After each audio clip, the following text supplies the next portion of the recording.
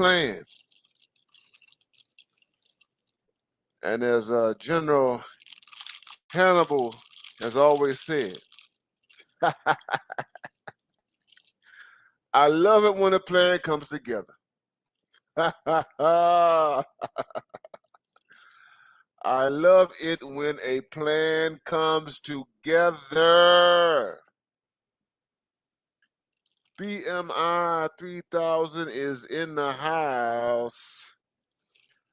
They call me BMI 3000 Reloaded. That's who I am. BMI 3000 Reloaded. And you can also call me the man professor. What's going on, brothers? What's going on? What's going on? What's going on? I see my brothers in the house. Everybody checking in. Hey! BMI check in. Check in, check in, check in, check in, check in.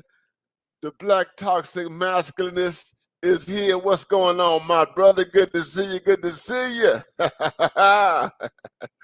William Hughes, Baltimore. What's going on, B More?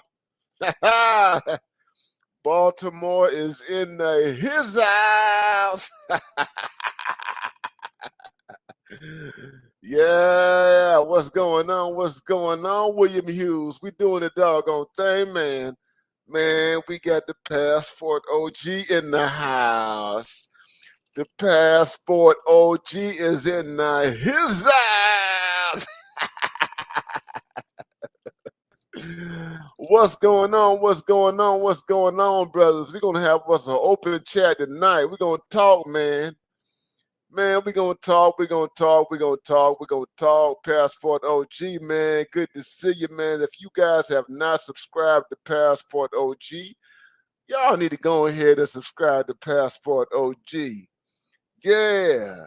Yeah, producing that ism, that dizu, that bizame. I mean, Passport OG is pushing out that wonderful, wonderful content for black men, young black men, helping young black men to navigate these streets out here, man. These gynocentric streets. Absolutely, absolutely. What's going on? What's going on? Thank you, man. Appreciate your Passport. We got the truck nerd from Houston, Texas in the house. What's going on? Y'all check in. I need all my brothers to check in. Check in, check in, check in, check in, check in. This is BMI 3000 Reloaded. We're going to talk tonight. This is an open chat night. This is an open chat night. Good to see all your brothers. Hit that like button. That's right. Hit that like button. Hit that like button. Hit it, hit it, hit it, hit it, hit it.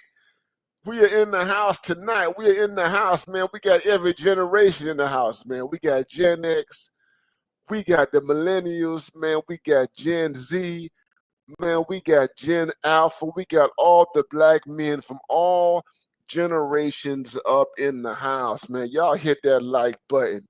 We are gathering tonight. We are gathering tonight. Yes, yes, yes, yes, yes, indeed. Yes, indeed. Yes, indeed. Thank you, no placeholder, man. Good to see you, my brother. Good to see you. Thank you for that contribution, my friend. Thank you for that contribution, my friend. We're going to keep this thing going, brothers. We got to keep this thing going because we are living in extraordinary times. Brothers, my brothers, we are living in, I think, a golden age for black men. We have not seen this.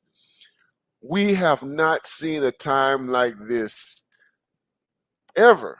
Hell, I'm going to say this ever. We've never seen this before. We have never seen a moment like this. And here we are together, and we have to seize the moment. We have to seize the day. Thank you for that no placeholder. What's going on, ghetto user? Ghetto user is in the house. What's happening? What's happening? What's happening? Good to see you, man. Get them likes up, brothers. We got to keep this thing going. Get them likes up. We got to talk tonight. We got to talk tonight. This is all about BMI. Oh, we got to set the table. This is all about BMI. And for everybody who doesn't understand, if you're new to this platform, if you're new to this channel, if you are new to this space, it is important that I educate you on what we do here. I have to educate you. Welcome to the space. Welcome to the space. Welcome to this place right here. And BMI, for your information, and I want you to spread this all over the world. The acronym BMI stands for Black Men's Independence. That's what BMI stands for. Black Men's Independence.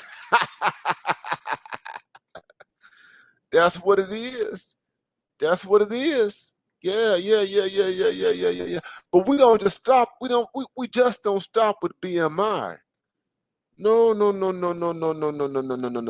Thank you, ghetto user. Good to see you, man. Good to see. We don't just stop with BMI. We've got BME. Oh yes, we have BME.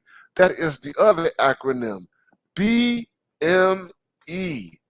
And what does BME stand for? BME stands for Black Men's Empowerment. Black Men's Empowerment. If you don't understand anything else with respect to this channel right here, when you tune in to me, Ronald Neal, the Man Professor, when you tune in here, you are tuning into the empowerment of Black men. Empowerment. We are concerned with upward mobility. We are concerned with political representation, political enfranchisement. We are concerned with power. Power. Black men being empowered. That's what we do here. In this space right here, that is BME. What's up? Man, we got Electrician 480 in the house. What's going on, Electrician 480? Good to see you, man. Good to see you, man. I appreciate all of your support, my brother. Through all of these years, man, I appreciate Electrician 480. And Electrician 480, you guys don't understand, this man right here is a master tradesman. Decades under his belt. A master tradesman. A skilled Black man. And this is what we cultivate, and this is what we're inspired. Black men who are autonomous, Black men who are self-sufficient. And I tell you, brothers, that there's nothing like being a Black man who has the market in his hands. There's nothing like that. There's nothing like that. What the market is right there at your fingertips, and they need you. They need you. Shout out to Electrician 480 for that.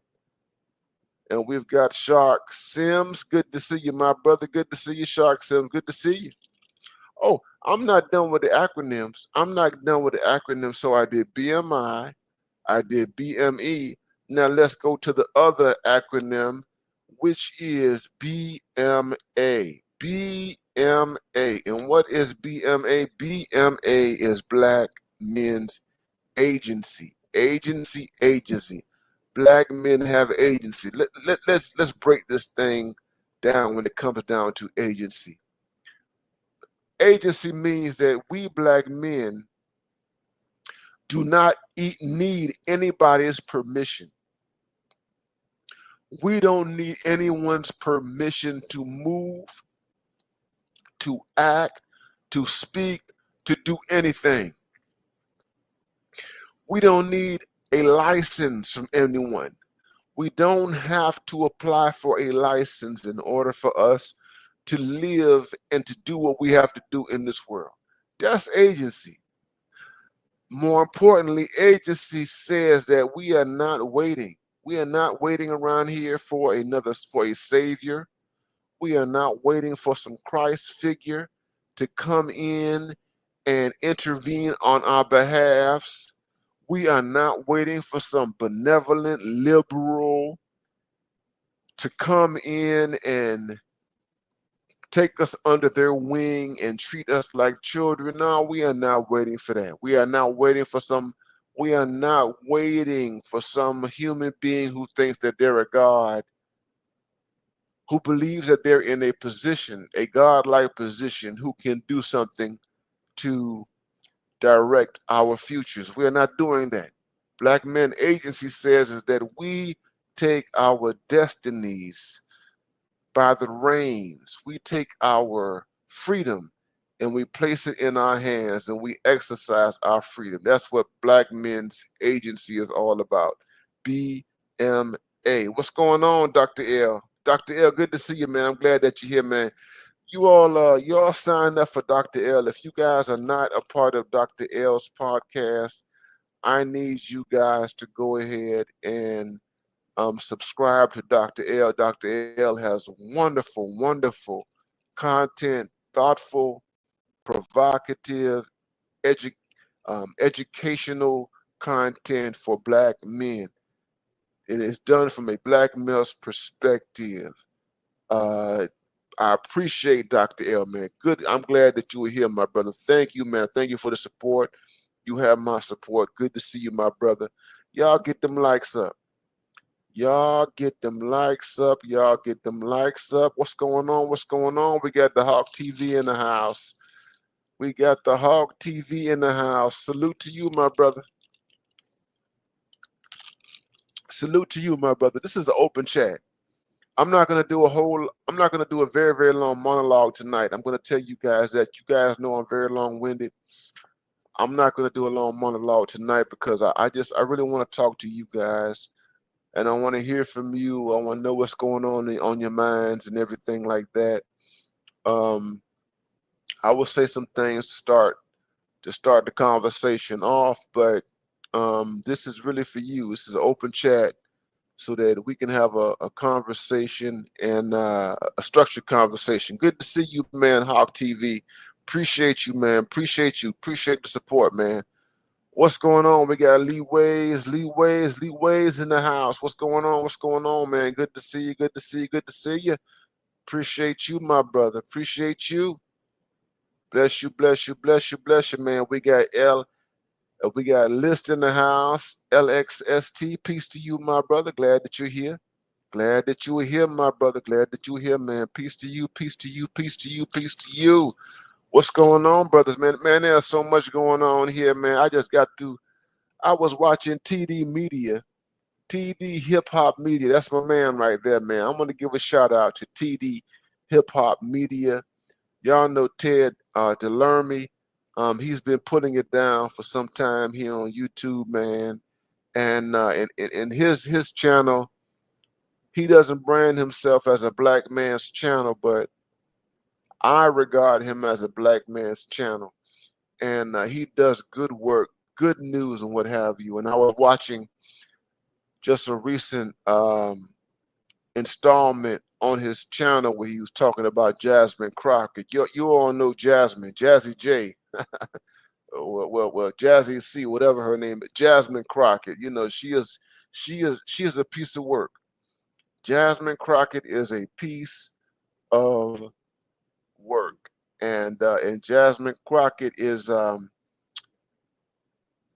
epitome of the demise of the Democratic Party. She's having her 5 minutes of fame. Jasmine Crockett is having her 5 minutes of fame right now, and I'm not gonna hate on her. I'm sitting back. I got my popcorn. Let me tell you guys, I got my popcorn. I got my popcorn, and I'm watching this lady, this congresswoman named Jasmine Crockett, 40-something years old. I believe she's 43 years old. And she's being elevated and she's being glorified. She's being touted as the second coming. She's being lifted up as some type of Christ figure. And I don't have to tell you guys, when the liberal establishment lifts up a person like this, when the liberal establishment lifts up a person like this, and she gains a whole bunch of notoriety, what happens, and we're seeing this happen, and we've seen this happen. We've seen this with Fannie Willis. We're getting ready to see this with Letitia James. We're seeing this rather with Tiffany Henyard to a lesser degree. But at some point, when these people cross certain lines and are unable to maintain their aggressive comical dissent against the establishment, what happens is that the ruling class liberal elite tends to drop them like hot potatoes. They just drop them and they walk away. So I got my popcorn right now, and I'm watching to see what's going to happen with her and what have you. She's an entertainer. That's about all she is. She's good for views. She's good for publicity. These liberals are very, very smart. They know what they're doing. And in terms of putting her out there like that. Thank you, man, nameless protagonist. Thank you, nameless protagonist, man. Good to see you, my brother. I appreciate you, man. I appreciate the support. I appreciate it, man. We are doing the doggone thing. And I got my man, Christopher Clipper. What's going on? What's going on? What's going on? What's going on? What's going on? What's going on? What's going on? What's going on? I appreciate you, man. I appreciate you. I appreciate you, man. And we've got the spirit of justice, the Sigma Empath. What's going on? Greetings to you, my brother. Peace to all the brothers in the chat. We got 46 people who are watching. Get your likes up. Get the likes up. Get the likes up. Get the likes up. Get the likes up. We have 46 people who are watching. Get the likes up. I am BMI 3000. BMI 3000. BMI 3000. Yes, sir. Yes, sir. Yes, sir. Good to see you. Good to see you. Good to see you. We got All-Star G is in the house. Peace to you, my brother. Peace to you, my brother. Good to see you. Good to see you. Good to see you. Peace to you, man. Thank you for being here. Thank all you brothers for being here. Saint, we got the Saint in the house. We got the Saint NL69 in the house, in the house, in the house, in the house. We are doing it, brothers. We are doing it. We are doing it. We are doing it. Peace to you, man. Get them likes up.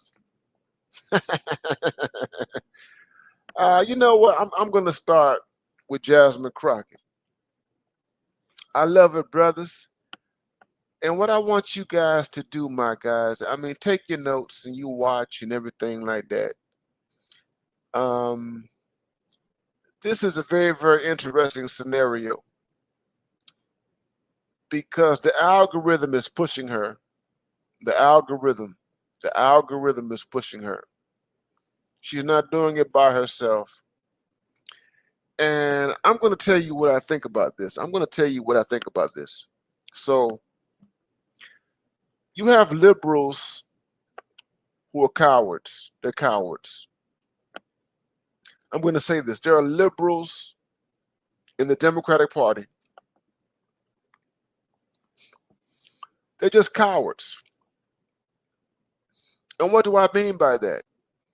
Is that there are people who are pushing her, who want to say certain things. There are liberals who want to say certain things. They want to curse. They want to be inflammatory. They want to be rude. They want to be obnoxious. They want to operate with people as people who have absolutely no decorum. They don't want to take any risks. They don't want to take any risks. Let me tell you what happens. And so with black people. And so we had a situation here, and this is why black Americans have been good for the Democratic Party, is that the Democratic Party has been very, very adept and sophisticated in using black people for all of their agendas. And I have to say, these are the white liberals. And what happens is that, you know, they use the charisma of black folks. They use the creative language of black folks. They use the emotional gravitas that black people have in order to push their agendas. We've seen this with feminism. We've seen this with the LGBTQ. And we're seeing this now at various levels. And you're seeing this with the Jasmine Crockett.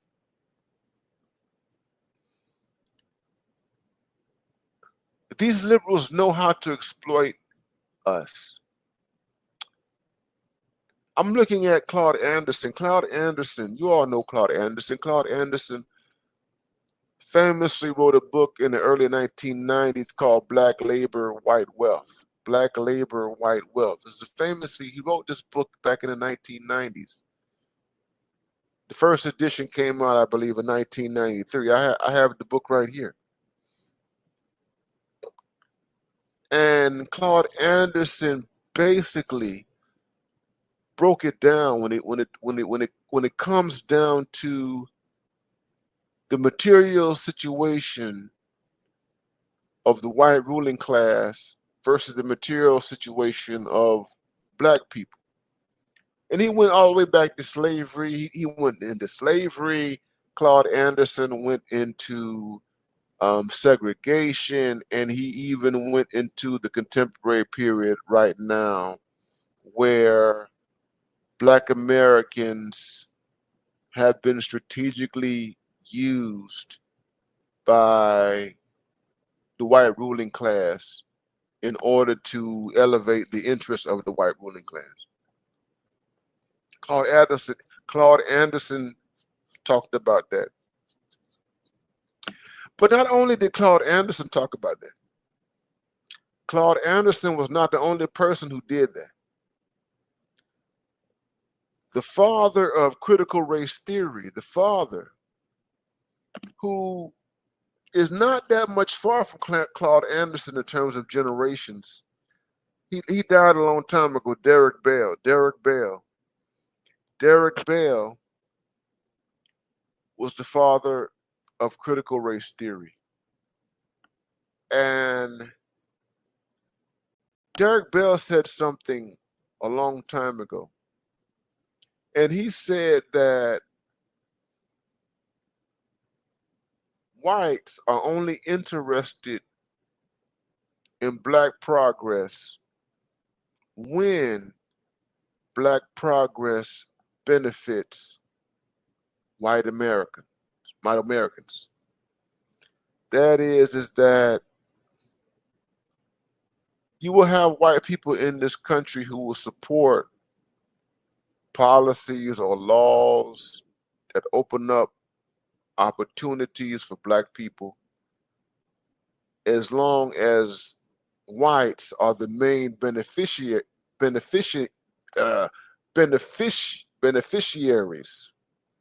of those laws and policies. I'm just going to give you an example. So right now you're seeing a retreat from DEI. Right now, you're seeing people. Everybody is running away from DEI. They're running away from all institutions. You've got corporations that are running from DEI. You have colleges and universities that are running away from DEI. You have fire departments running away from DEI. You have police departments running away from DEI. You have all sorts of folks running away from DEI. And the reason why they're running away from DEI, because DEI right now is just not fashionable. It's not fashionable to promote something like DEI because it undercuts somebody's bottom line. In other words, right now, these people are moving away from DEI because it is costing them money. DEI is costing people money in terms of profits. That's why they're moving away from it in 2025. Now, in 2020, in the aftermath of George Floyd, you had corporate America, you had colleges and universities, you had other institutions who they were pushing DEI, pushing DEI, pushing DEI. Because in their minds, DEI helped their bottom line. It helped them in their efforts to be seen as not or non-racist. Yeah, as long as DEI helps me to be seen as non-racist, as long as DEI can protect me from lawsuits and just uh, civil lawsuits, yeah, we can promote it. As long as DEI can give my company the perception that it is diverse, and I don't have to worry about any challenges to my company. I don't have to worry about being called racist. Oh yeah, I'm all for it.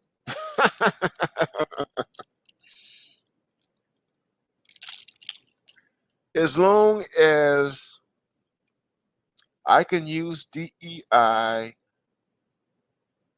to project this image that I am not a racist, and this image that I am not a racist can contribute to my profits, in that respect, I can and will support DEI.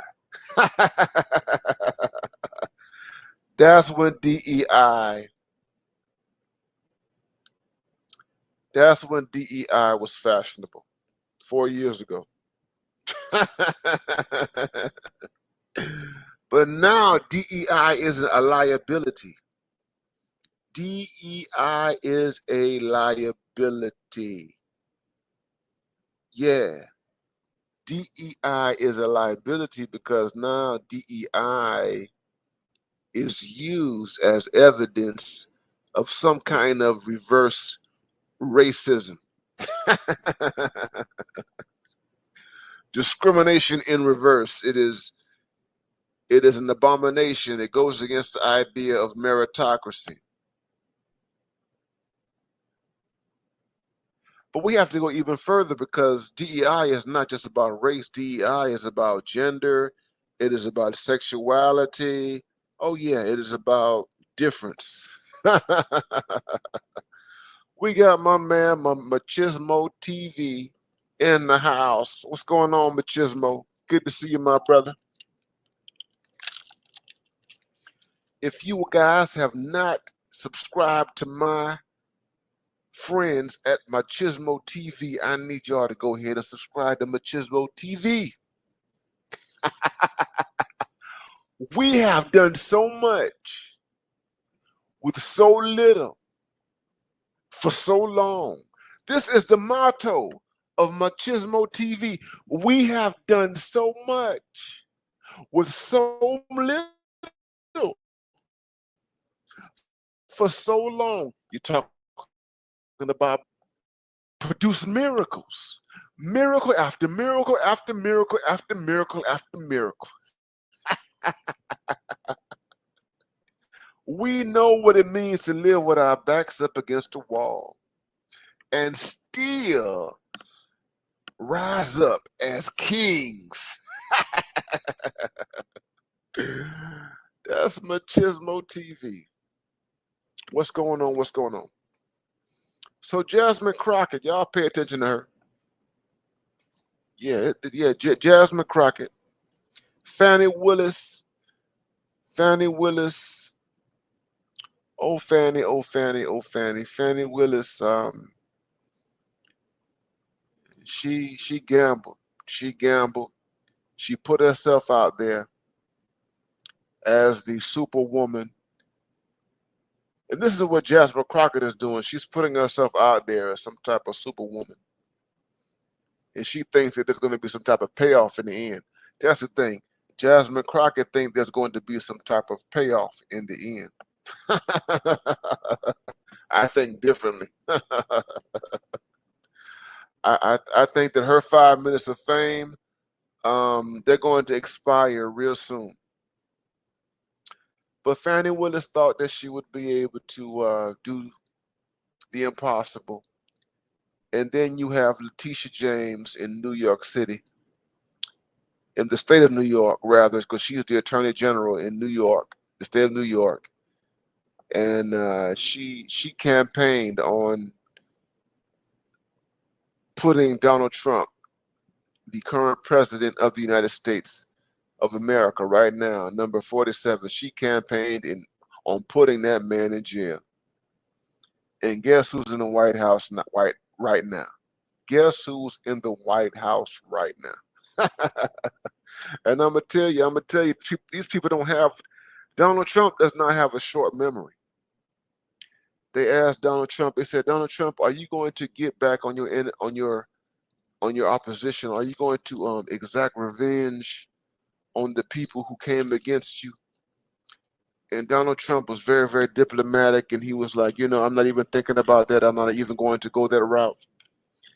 Donald Trump gave the world a politically correct answer. But let me tell you something. Do you think for 1 minute that Donald Trump is not going to exact revenge on all those people who came after him? Do you think that those people are safe right now? Do you really think that Letitia James is safe? Do you really think that Alvin Bragg in New York City, the district attorney in New York City, do you think that this guy is safe now that Trump is in the White House? Trump gave the impression that he is not going to do anything, that he would take the high road. I say these people don't understand Donald Trump. Yeah, Donald Trump will say that in public, doggone it. But all you have to do is sit back and watch. You watch what's going to happen to Letitia James, and you watch what's going to happen to Alvin Bragg. Okay, Trump is going to get his revenge before he leaves the White House or after he leaves. I suspect it's going to happen prior to him leaving the White House. What's going on? What's going on? What's going on? But anyway, we are 34 minutes up in here, man. I don't want to. I'm not going to go too long in my diatribe, but y'all see the chat. This is Tuesday Night Live. The reason why I want to make this an opportunity for all of my brothers to come up and talk. We have a lot that's going on Saturday of this weekend. I did a 4-hour stream. Where I talked a lot about politics and everything. I don't know if you guys have seen that stream, but it's there. I did it Saturday afternoon, and AB Media was a part of it, and my man Black Lion was a part of it. And we had a great conversation, man, and I really enjoyed doing that. And so tonight I'm just here, man, and I want to give my guys, all you guys who are here, I want to give you an opportunity to come up and if you have questions for me, um, if you want to say anything about what's happening politically, you can do that. Um, I just ask that if you come up, that make sure that it's consistent with the theme of this broadcast, and more importantly, that it is consistent with what I do on this channel. So this is about Black men's independence, BMI. It has to be consistent with Black men's empowerment, BME. It has to be consistent with Black men's agency, BMA. It has to be consistent. Oh, here's the last one. Here's the last one. I almost forgot this one. BMH, and that is Black men's happiness. Black men's happiness, BMH. That is the last acronym. That Black men, at the end of the day, it is important that you embrace happiness. It is important that you find happiness in your life at the very, very end of the day. After we're done with politics, after we're done with economics, after we're done with the gynocracy, after we're done with the community and all that kind of stuff, it is important that you find happiness. BMH, Black men's happiness. At any rate, I'm dropping the link right here.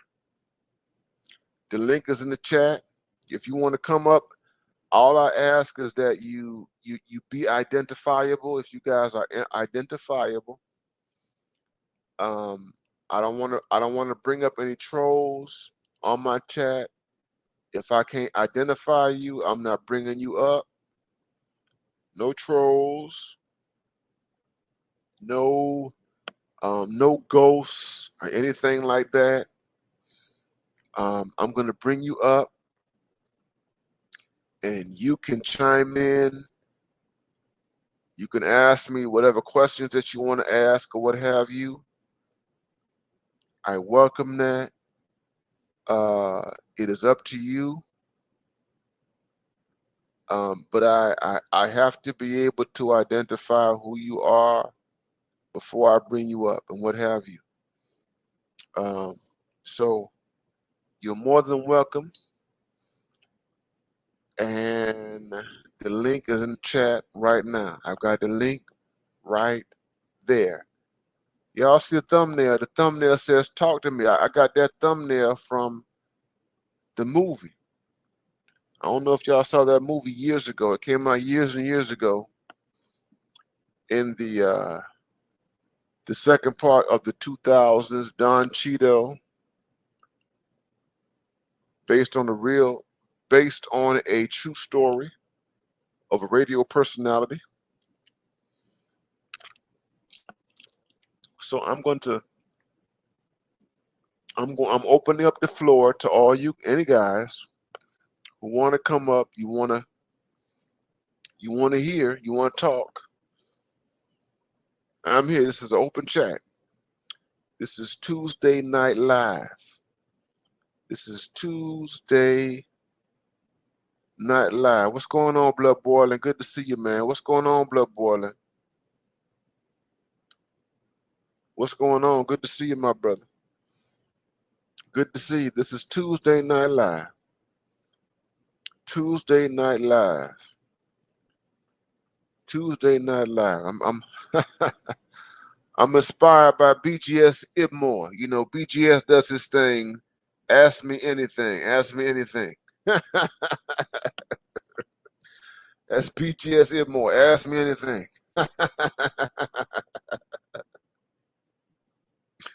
I'm inspired by BGS. How about that? BMI, reload it in the house, man. Reload it. Reload it. It's all I ask. All right. Here we go. We got Dr. L in the house. Hey, brother. Thank you so much for having me. I appreciate it.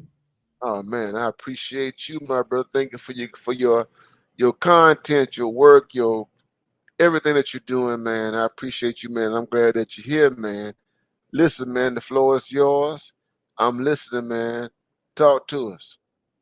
You may have addressed this, and you're right. Let me back up a second here. You're right. BGS is definitely an inspiration. You may have addressed this, but I want to get your opinion on the attack on masculinity. What Anthony Mackie said. I don't know if you saw Dwayne Oh yeah, Wade when he I've been was watching. on. When Dwayne Wade was on the Jenna Bush Mm-hmm. show, when he's got his merce and all this kind of stuff, man. Mm-hmm. If you could bless it with your wisdom with this attack on masculinity. Let me tell you, man. So I watched it. I saw those segments that he did with Ryan Clark and everything, and those guys over there at the Pivot, and he was absolutely um, correct and spot on.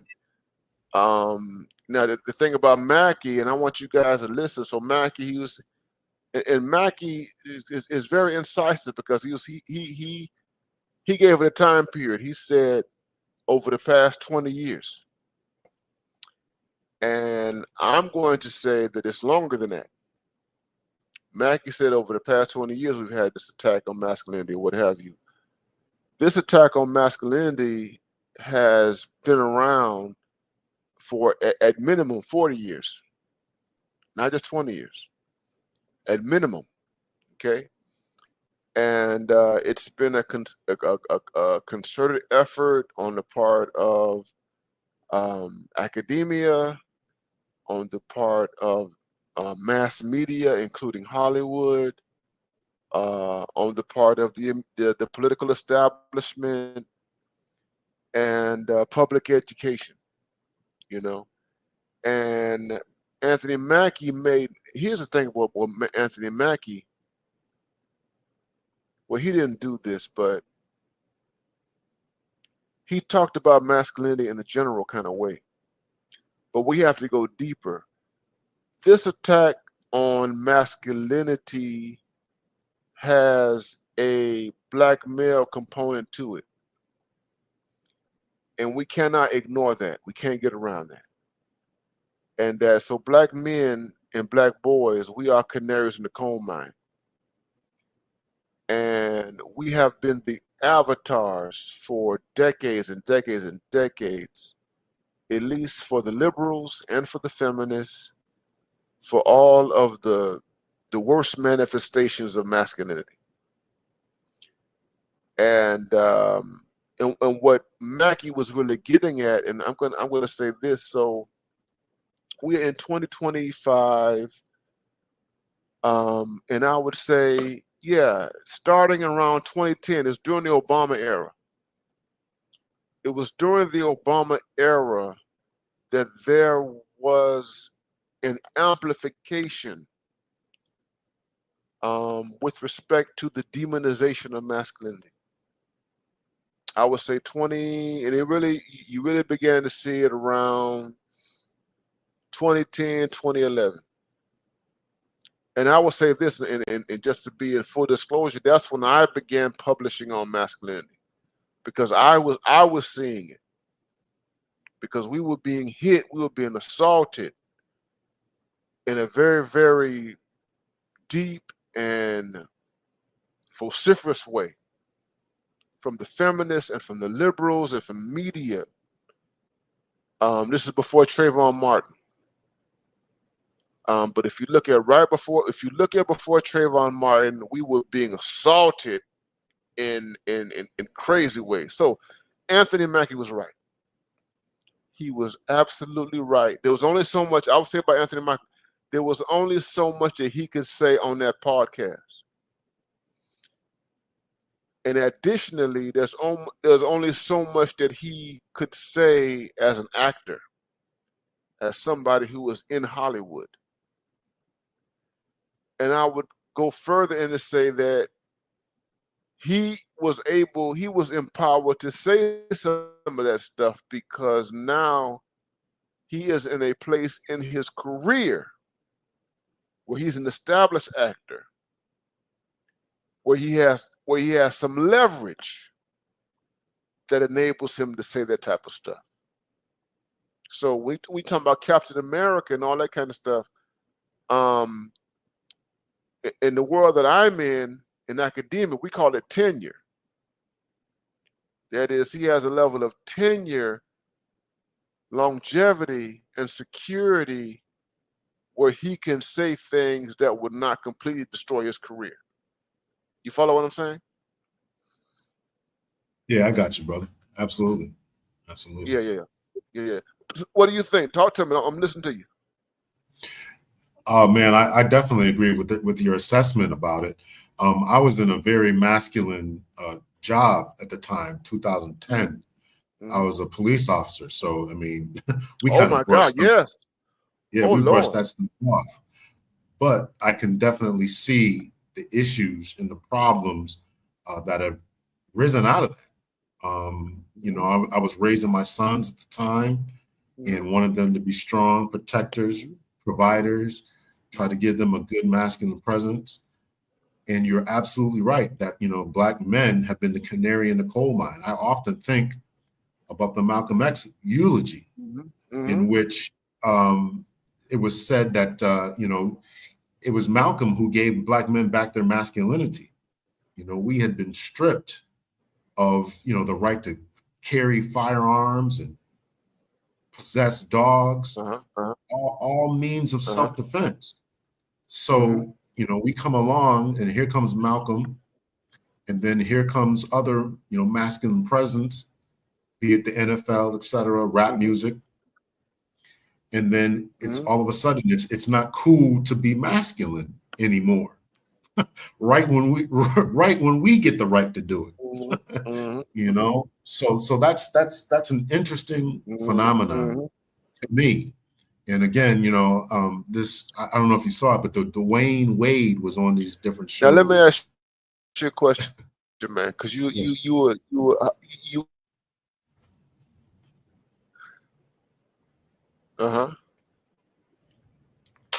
Go ahead. I'm sorry.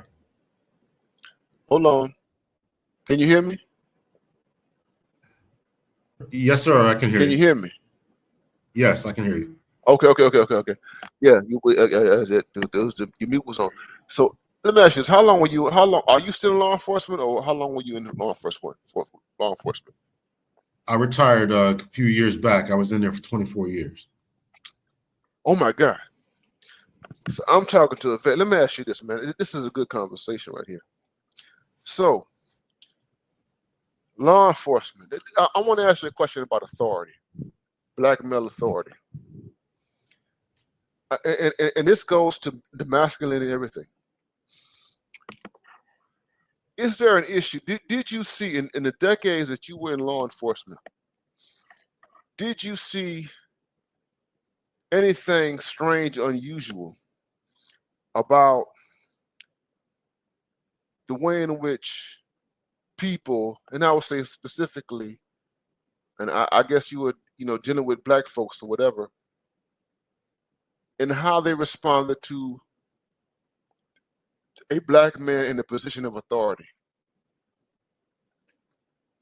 You have a uniform on, you've got a gun, you got a badge, you work for the state. Is there something there in terms of authority? And is there some connection between that and like our family structures and what has happened to us? You follow what I'm saying? I definitely think, yes. I definitely think it was there when I started in the 90s. Okay. It gradually went away as more Black folks ascended. Okay. So when I became a police officer, right, 1995, 5 years later, I was able to take promotional examination to move up the ranks. Okay. For the first time in our city's history, 3 of us came out in the top 10. Okay. And 4 of us in the top 20. And there was allegations of we got, or at least it was questions, maybe not allegations, but questions about whether we got help, whether we were studying together. So they just weren't used to us scoring so well and so high. You know, the education gets better, we get better, right? Okay. So that was an issue that we had. And I can remember before I actually got promoted, they had this training session of telling it was basically a training session of, you know, these people are going to get promoted, how are you going to deal with them? It was, I mean, they worded it nicely, but we were looking around the room like, are they really saying this to us? You know, as a training session. And not just us, but it was, you know, about the LGBT. I don't think they called it at that time, but women moving up in the police ranks and things along those lines. So that was there. And of course, on the street, it was there because people weren't used to seeing, you know, the guy, you know, you call for a supervisor. Here I show up. They weren't used to that. So there was a street element to that as well. You know, I don't want to talk to this guy and all this kind of stuff. So that's there. And I think that when it comes to our culture, it's there as well. I mean, you know, the matriarchal system that many of us have grown up in. But I got to say that I grew up in, even though I was a product of a single mom, the household in my culture from my church was very patriarchal. Like the pastor ran the church, and the vast majority of people in the church were married and were good men, in all honesty. So, but these are all things that we've had to deal with and struggle with in asserting our authority, whether it's on the police department, whether it's, you know, I know guys who worked in the park department, all that kind of stuff. So we've had to assert our authority in every place that we've gone, and we've had to overcome another hurdle. You know, not just about authority, but about being a Black man in authority and being able to deal with that. And that's what I'm getting at. So what I'm getting at is that, and I want you to hear this, what I'm saying. Within Black American culture, with the matriarchy, there's an issue of Black male authority. Black men who are in positions of authority. And this happens, you can talk to Black men who are teachers. You can talk to Black men who are administrators in various capacities. And those Black men will tell you that they deal with issues that, let's say, their white counterparts don't deal with, because it is, you know, the white male in general, I'm just being very general. So the white male is presented to us as this authority figure, as this father figure, hell, as this godlike figure, right? And even though at the level of policing, you know, we have questioned this white male, okay? But when it comes down to like basic stuff, like okay, if you're involved in community policing, and you're policing areas, and you got Black neighborhoods and what have you, and you have to deal with the Black people in those communities and what have you, I guess the question I'm asking you is, are there issues of your authority as a Black man who is a police officer that you think are kind of unique, that you can be on one level as an authority, you might be, some people might respect you, but on another level, you can be disrespected. You follow what I'm saying? Yeah, I think that, yeah. And I'm thinking large. I'm thinking about family structures and that sort of thing and everything. I'm thinking about Black men who are, and what I'm getting at is Black men who are in positions of authority. Period. And I think, I'm not a police. I've never done policing or whatever, but I'm thinking because of your role you might have a vantage point, or that you do have a vantage point that other people don't have. Because let's say you're in a high poverty community and you're dealing with people in high poverty, dealing with single parent households, you're dealing with young black men who don't have fathers and stuff like that, who are, they have whatever issues with manhood that they might have or what have you. You know what I mean?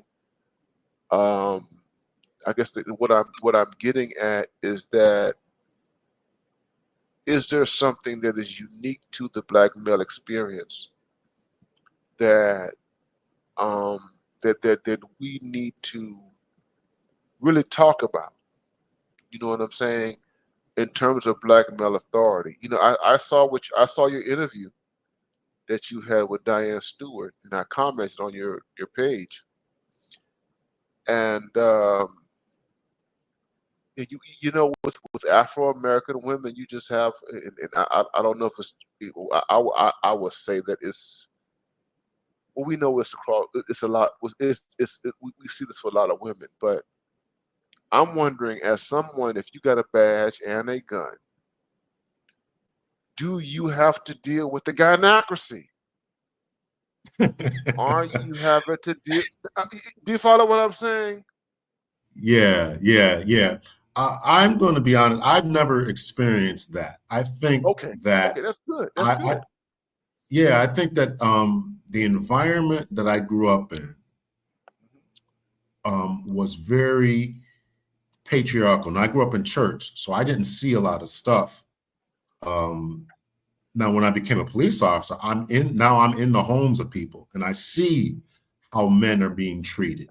Hmm. My mother never talked to us, even though it was my brother and I. My mother never talked to us that way. As I mentioned, I had a strong pastor, I had a strong uncle, all good and successful middle to upper middle class men and black men. And so this idea about men being disrespected Yeah. and talked to crazily is foreign to me. So my biggest thing is understanding where it comes from and how we defeat it, because I think that does beat down a lot of men. I mean, I saw some of my friends grow up, without their fathers, without strong social networks, and I saw how they turned out. And so there's definitely something there. But I'm in my own personal life, I've never come across any type of disrespect. I That's mean, that's there's racial disrespect when you get on the job. I mean, because that's the time. I mean, I don't think that I deal with any more racial animosity or whatever than a truck driver or a manager at a supermarket being black.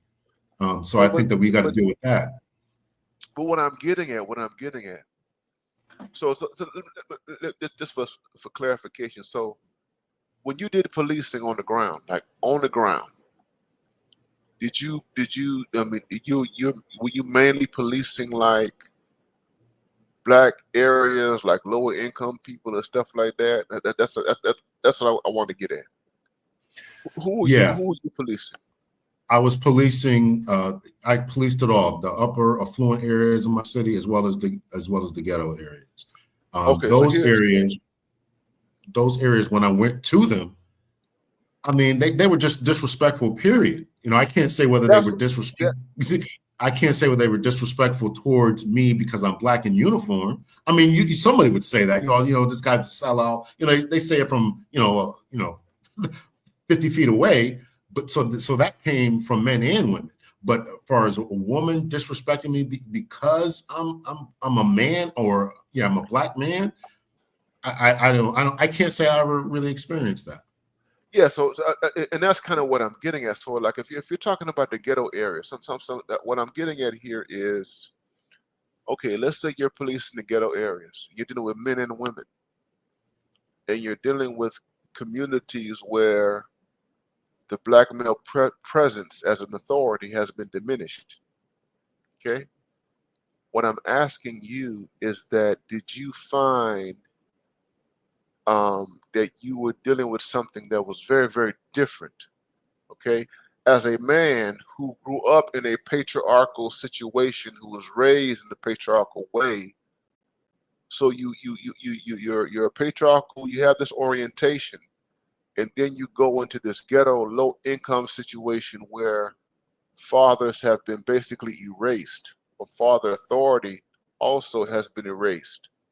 And you're walking up in there as a black man with a badge and a gun and authority. What I'm asking you is, did you find something that was peculiar, that you got responses from men and women that might be attributed in some respects to the fact that you have a lack of authority? I mean that there is a lack of authority in those areas. You follow what I'm saying? Yes. So when I went to these areas, there was definitely an attitude in the air concerning a respect for authority, period. They didn't respect any police officer. You had kids swearing at us. So that I took as there's a dysfunction in this area versus when I went to a more upper class part of town, that disrespect didn't occur. Now, here's upper class. Now, here's the thing. That's what I want to get at right there. And what I'm getting at is this. In the lower class, you're dealing with lower class, lower income populations, single parenthood. It's kind of, let me, I kind of break. So the coach at, the white man who coached at Duke University, I think his name was Dean Smith. He taught, he was a basketball coach for many, many decades at Duke.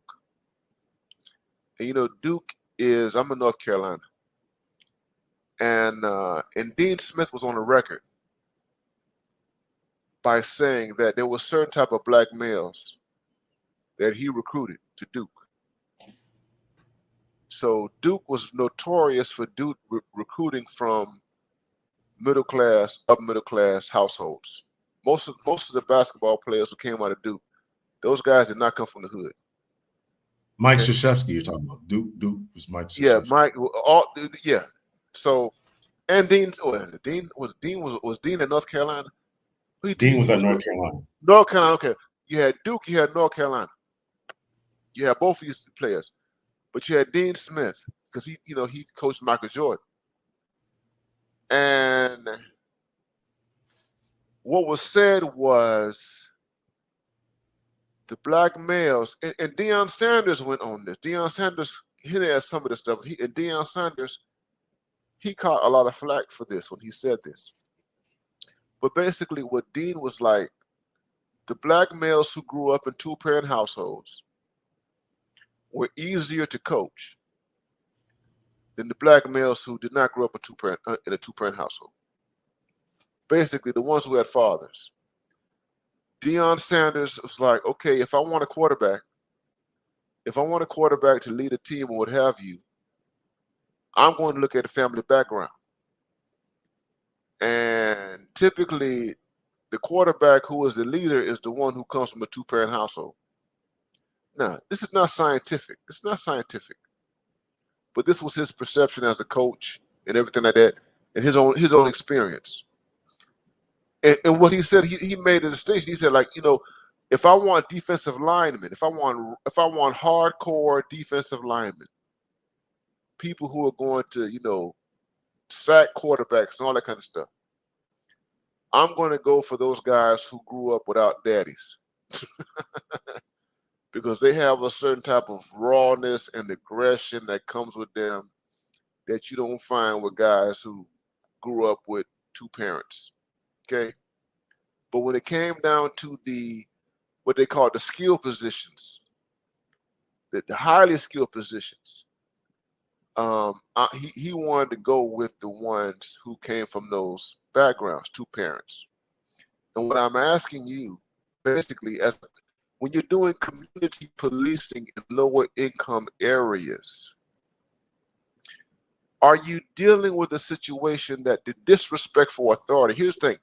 The disrespect for authority is in some way tied to the lack of fatherly authority. Because the one of the theories, this is a conservative theory, one of the theories is that much of the violence that is happening in our communities, which has been going on over the decades, is happening in part, not solely, but in part, because you have these black boys who don't have the discipline of an authority figure, a father who would help them to train their impulses, to help them to be not so emotional, that sort of thing. You got lots of guys who are in prison for crimes. I call them emotional crimes. You know what I mean? Guys who are just acting out of impulse.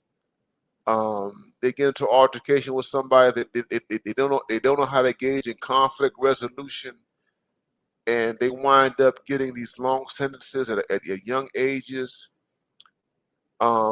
because no one taught them to resolve conflict, and their emotionality is often tied to the fact that they are raised by women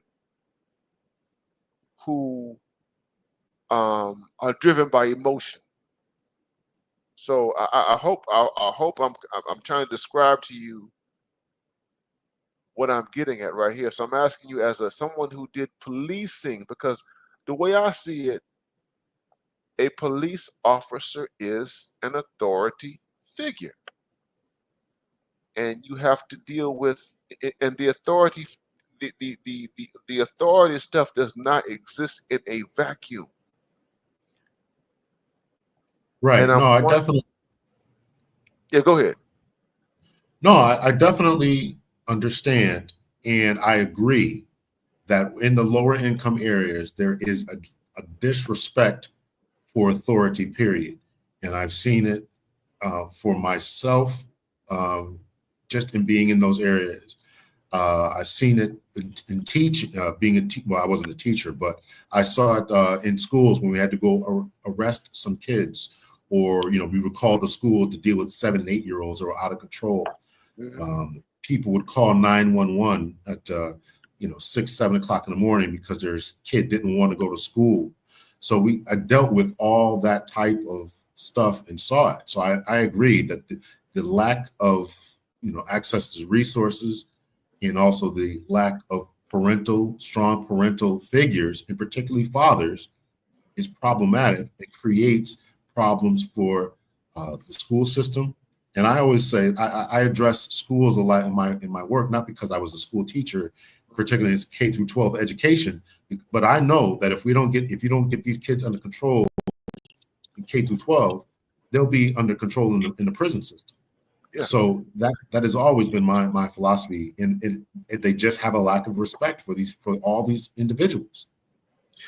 Yeah, because the thing is, I've known black men who've worked K through 12 over the years, who stayed in K through 12 for a short period of time, and they left. And when you talk to these guys, they were in elementary schools. They might have been middle schools. They were in junior high schools. And when you really get at the bottom of why they left,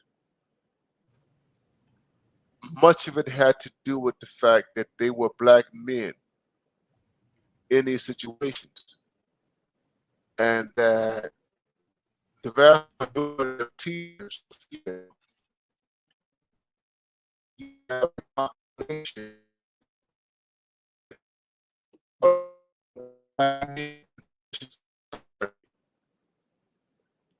you understand, and you have school systems that don't support these men and often work against these men. So what happens is they wind up leaving the school system. Some stay, but you have guys who leave education. They leave teaching, um, um, kindergarten through 6th grade. They leave teaching middle school. They leave teaching high school because it's not just it's not just a learning issue. Learning is a part of it, but there is the male image thing. There is the male image thing is that, and what I'm getting at, I'm just asking you out of experience and what have you. This is kind of a theoretical thing. Are we as a Black American culture so used to female authority that it's very difficult for a Black man to exert traditional masculinity and to get the results that come from that? That's kind of what I'm kind of getting at. We've got Chaos Rain. Thank you for that, Chaos Rain. I'm glad that you're here, man. Appreciate your support and what have you. Give some thought. We've got my brother, Herb Saint. What's going on, Herb Saint? How you doing, brother? Good evening, brother. How you doing, man? Appreciate your discussion. I'm well, man. I'm well, man. The floor is open, man. How you want to contribute to this conversation? Well, first, I want to thank you for your open panel and discussion. I think a lot of times, as brothers, we need these forums to kind of express and kind of connect the dots.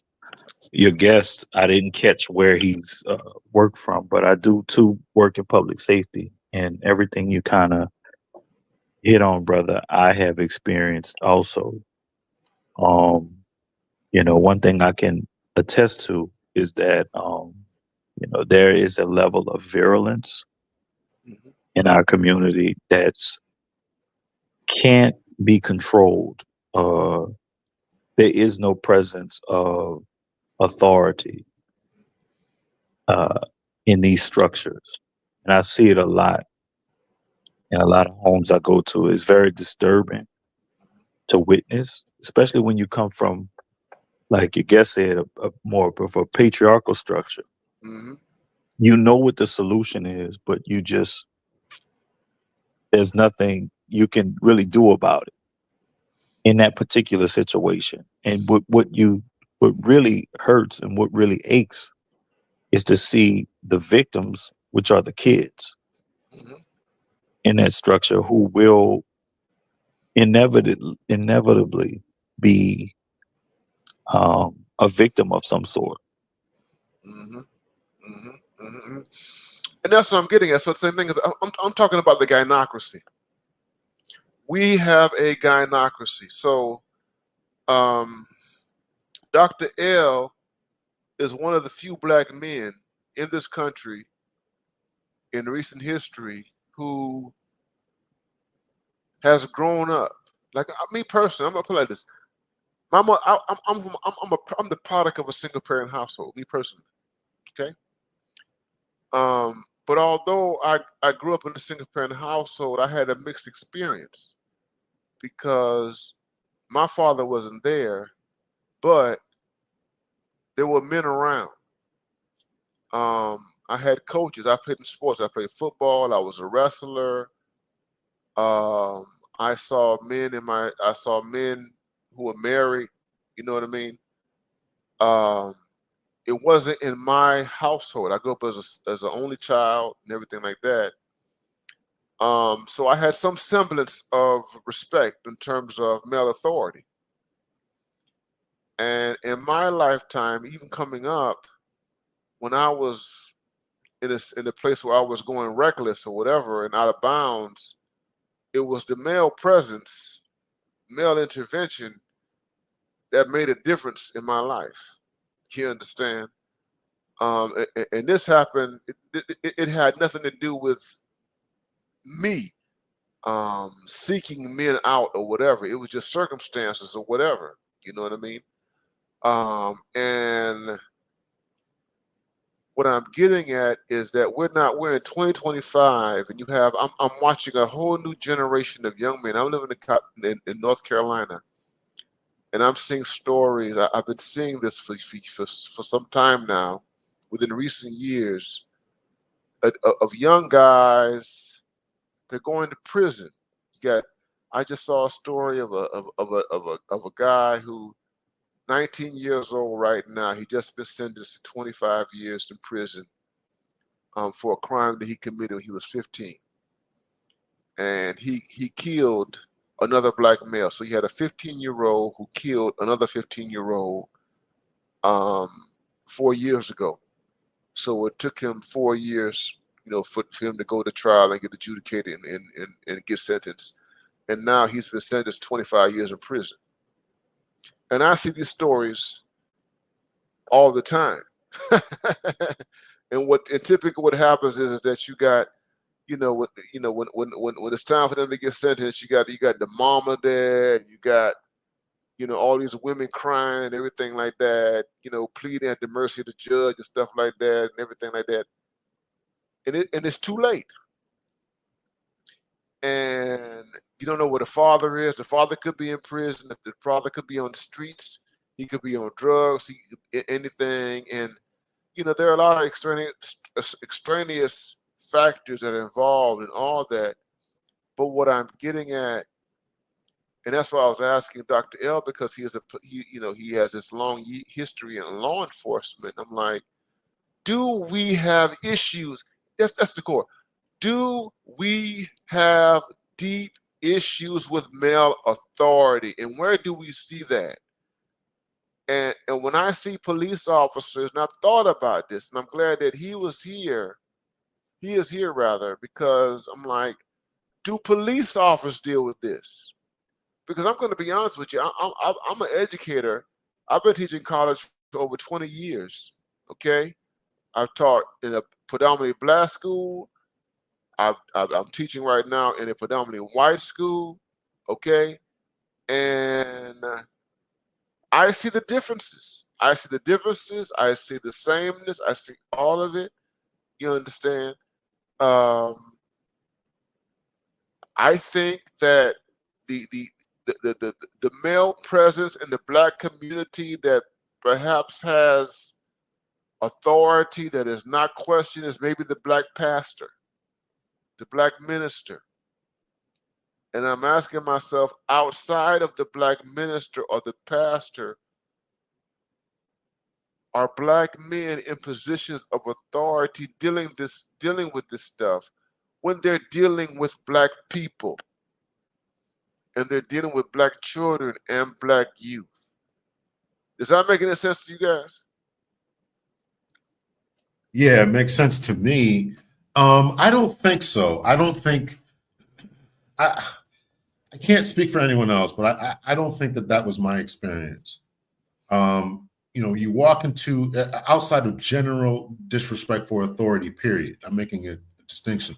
As the other guest is saying, is that there's a certain level of anger, disrespect for authority that exists, and there's a certain, and any police officer is going to deal with that. Any teacher is going to deal with that. So, is it special? If I walk into a situation, am I going to be treated differently than the white police officer? Mm-hmm. It may and it may not happen. They may think, you're the typical sellout and all this kind of stuff. But none of that is. I wouldn't chalk that up to you're a male, or excuse me, you're a black male, in that you are targeted. We're going to listen to the white guy because we see him as having more authority. Mm-hmm. I don't think it's that. It's probably, okay, we're not going to listen to the black guy because we think he's a sellout and because he's not going to help us. I hope I'm kind of verbalizing that right. He's a sellout. Why here's the thing. You're getting at it. Why are you perceived to be a sellout? I'm trying to get kind of deep with this, because we learn. Here's the thing. You learn respect for authority at a basic level in the family. That's where it begins.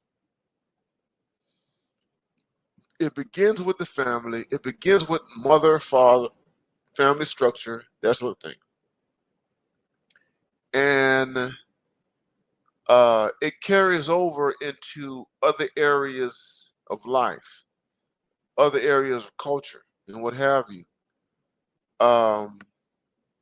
And I know, here's the thing, I know that black people have a very, very complicated relationship with the police. Every black man has every black man, I'm a black man, I have a complicated relationship. I've had very negative experiences with the police, right? But I'm put it like this. I'm not going to allow myself to be in this situation. I'm going to do everything in my power right now as a grown adult. And even I'm 51 years old. And even when I was younger, I'm going to be very careful about how I deal with the police and how I handle the police. Because I don't want to get killed. You know what I mean? And in as much as I want to rage out and scream and yell and fuss and all that kind of stuff, if I want to live another day, if I'm serious about that, and if I'm smart and I'm rational and I know what my constitutional rights are and all that kind of stuff, and I know that I can go to court and pursue this stuff legally, I'm going to have a level head, you know. And so what I'm getting at is that this is just my perspective, is that some of this stuff comes from a basic understanding of authority, and it begins with, you know, it begins with the home. I know that black people have a very, very complicated relationship with the police. But there are dimensions to it. So it's like, if you're a black man as a police officer, you know, rap music in our generation,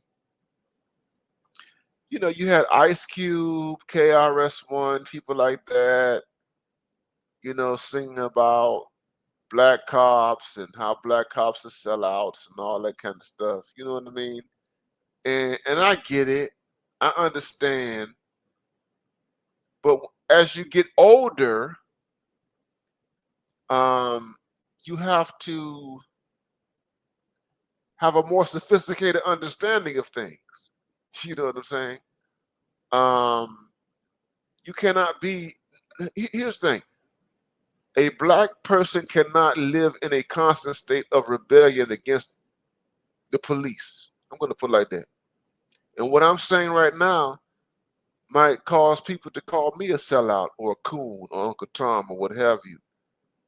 But in the United States of America, a black person cannot exist for a long period of time if you are in the constant. I'm not talking about just giving over to the police, but when you don't understand that these people have more power than you, when the criminal justice system has more power than you, you just can't be crashing out all the time, because that will ultimately destroy you. You follow what I'm saying? Yeah, I think that goes to the emotional regulation that you were talking about before. Yeah. Is that go ahead. No, I agree that that emotional regulation a lot of times is not there. And you're saying it correctly. There's a complicated relationship with the police. It's complicated, and one of the reasons I wanted to study psychology is because I wanted to understand that a little bit more. Why did this razor's edge that we're trying to walk on is, we got to do the right thing, but we're still seen as, our mere presence is seen as a problem. And then we're, harassed, and all these, stop and frisk stuff that was going on in New York, and all this, I get it. I mean, I certainly understand. I was around, and I was a police officer when Amadou Diallo and all the other situations like that. I had to work through that. And I had people come up to me at the church I was attending at the time asking me about this. And, I got to explain all this. And I couldn't, I don't think I had good explanations for it either. So there is that. But on the other side is, okay, at what point are we going to, as you said, not crash out or not behave disrespectfully? And the issue that I'm having, and well, I certainly agree with what you're saying, but I just think that a lot of times it's a general disrespect for authority. Period. That's why I go back to the teachers in schools. I mean, they're teachers being assaulted and spit at and all. I mean, it's a lack of authority, a lack of respect for authority from teachers to principals to police officers to the preachers at your church. It's a lack of authority, a lack of respect for authority. Period. But here's the thing, as a black man who was raised in a patriarchal household, what I'm asking you, do you think that that has something to do with it?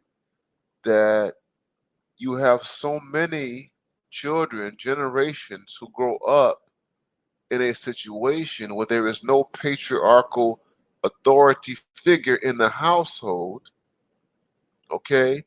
That we are in a situation now where we have young people who don't know how to regulate, that they can't deal with it. Because Yes. this is bigger.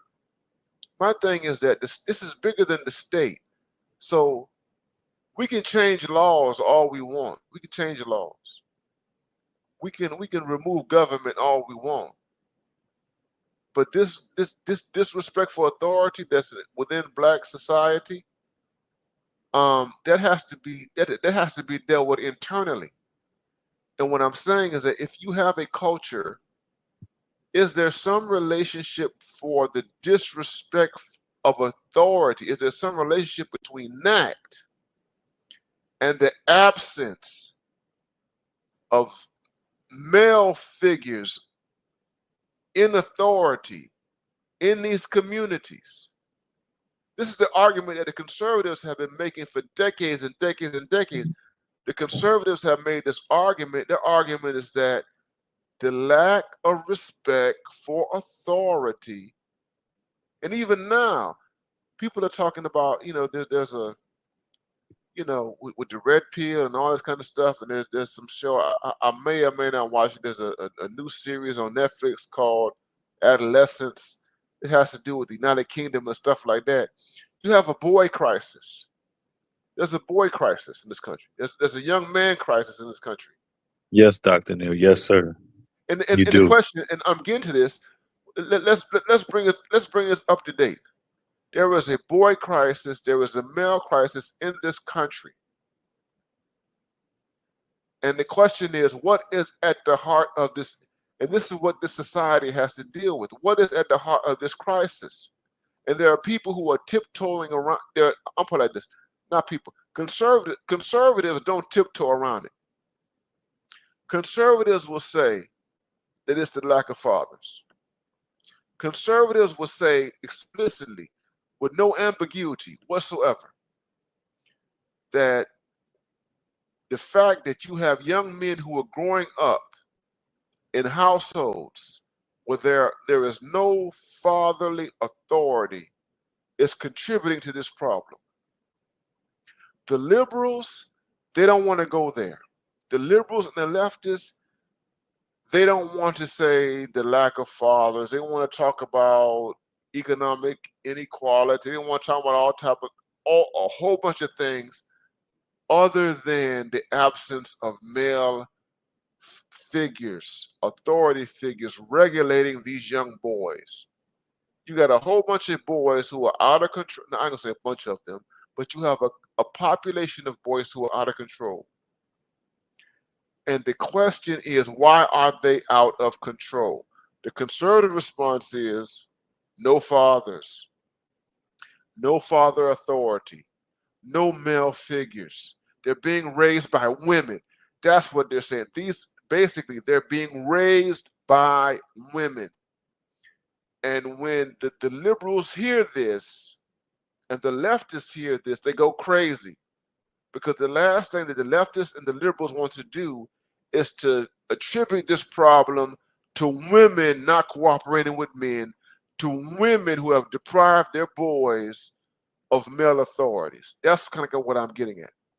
Does that make any sense to you guys at all? Yes, Dr. Neil. Can I chime in? Yes, I please. want so when you speak about roles, right? You live in Africa, correct? I'm not mistaken. I follow your I'm work. traveling. I'm Your traveling. you're I'm in and out traveling. of Africa. I'm in and out of Africa. So, you are a worldly man. You have lived in a lot of places. So Mhm, you've seen in cultures that mhm, there's a role for certain people in communities, correct? Like children play a role, grandmother plays a role, grandfather plays a role. uh-huh. So when you have a young black Yes. male who does not understand his role in the household, who goes outside and does not see his role in his community, who goes out and get on the bus and does not see his role in society, you effectively have a ghost. You've created a Mhm, ghost, a person who has no ties or feelings or connection to anything that's happening around him. And to for myself and what I've witnessed in my me working in urban areas, like your guest, and I work in public safety, but more on a medical side.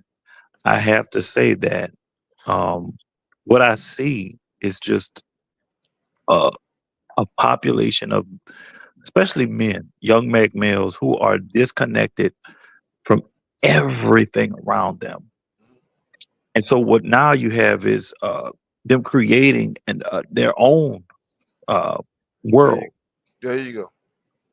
They're creating their own world. Now, whether you agree with the world or not, this world serves and it works in their behalf.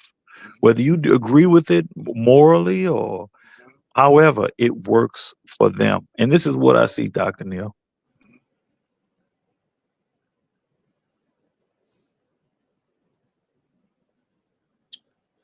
You on mute, brother. You on mute, brother. Yeah. So that is what I've seen consistently in this urban area that I live in. And I wonder, um, how can we as a people not address it? There's a local radio station I listen to, and they're just they'll talk around the topic, but once you bring it up, it shifts. We cannot focus on the issues that directly affect us. I don't know if it's because of the pain or just the lack of commitment Hmm. to addressing an issue that does not that cannot resolve itself Hmm. just by throwing It's all throwing of it. out It's there. all of it. It's all of it. We're in denial. Black people in denial. Correct, From my perspective, correct. from And my I perspective, go I'm ahead. sorry. What I'm saying is that black No, people no, are in denial, and for sure. it's a massive thing that we're in denial. We don't want to look in the mirror, and that's what I was saying about government and everything like that. Laws, changing laws in of itself or whatever, modifying laws, is not going to correct this. And this is a cultural, psychological. Dr. L said he's done a lot of work in psychology. This is a cultural, psychological thing. And you have to have massive changes in culture and psychology to really address this stuff. And we don't want to deal with it. And I would say particularly the women don't want to deal with it because they don't want to deal with um, their bad choices. They don't want to deal with um, the role that they have played in it, in this. You understand? And we are a microcosm of something that's much larger in society. And here's the thing: Dr. Neil, if a the young main man way. says that, Uh-huh. if a young man says that his mother Hmm. was the emphasis, the critical issue in his formation and becoming the person that he was. Yeah. Let's say on the bad side of things, right? Mhm. Nobody will hear him. No, Nobody will hear him no. because mama had an issue. Mama had a problem. Mama had this. Mama had that. It's not about you. But when you have hundreds of thousands of households Mhm, structured in that way, you have voiceless people mhm, who become victims mhm, and they stay victims and they become voiceless and nobody cares how they evolve through a society that does not care how they got there. How did you get here? I'm mhm. in Louisiana. Yeah. We just had a black man executed via nitro gas Mm, from a crime in 1995. mm, We have a new governor, Dr. mhm, Neal, mhm, Republican MAGA, mhm, West Louisiana Cajun country boy. mhm, mhm, mhm, And they use this healthy black man as an example, in my opinion, mhm, to show his correction and toughness on crime. They mhm. used a black man as I know the they did. figure I know. for crime Mhm, and executed him with nitric gas. And there was a sister who was a reporter there as a witness who said, who who is I believe this sister is forever shaking for what she saw because she said he mhm, was gyrating, he was moving. mhm. This wasn't a peaceful, quiet death at all. This was a message and it was a shot across the board. Do you think they talk about this on any of the radio stations? Let me tell you something. So I was in New Orleans and Baton Rouge uh in the summer of 2023, and I was finishing my book. Um, all you guys who are listening, you don't have my book or whatever, know that I have my book. Came out last year in February of last year. Beyond Death in Jail: Anti-Blackness, Black Masculinity, and the Demonic Imagination. I was in New Orleans and Baton Rouge doing research on the prison system and criminal justice in New Orleans. Not New Orleans, but in the state of Louisiana. And I saw what was happening. This is 2023. I see what Louisiana is doing with juveniles right now. Okay, you got juveniles who, and they're being caught up in all. The crimes that the juveniles are into. It's not just Louisiana, but it's across the nation. But they're not playing. Your state is not playing when it comes down to punishment. They have no, in Louisiana, there's no hesitation to send anybody to death row. Okay? It don't matter how young he is. If he has committed a capital crime at the age of 16, they will sentence him to death row. Okay? He will get capital punishment. Okay? So I understand exactly. I've studied Angola. Uh, I know the history of Angola and what's going on in Angola since Angola was formed. I know all of it. I've read the biographies and the memoirs of prison inmates from Angola, so I know what's going on in Louisiana. Um, so yeah, there is and we don't want to talk about it. Here's the thing: we don't want to talk about it again. Going back to what you're saying, because we don't want to look in the mirror, and it's easy to just look at the state. And here's the thing: the state is wrong. The state is complicit. Let me tell you something, man. You got prosecutors who make their careers. You have judges who make their careers on harsh punishment, cruel, and in cruel. You look at the Constitution. It's cruel and unusual punishment. That's how they made their careers. I'm not surprised that you have a black man who's the face of that. You know, um, uh, James Foreman Jr., who was the son of James Foreman, who was a major civil rights activist in the 1960s.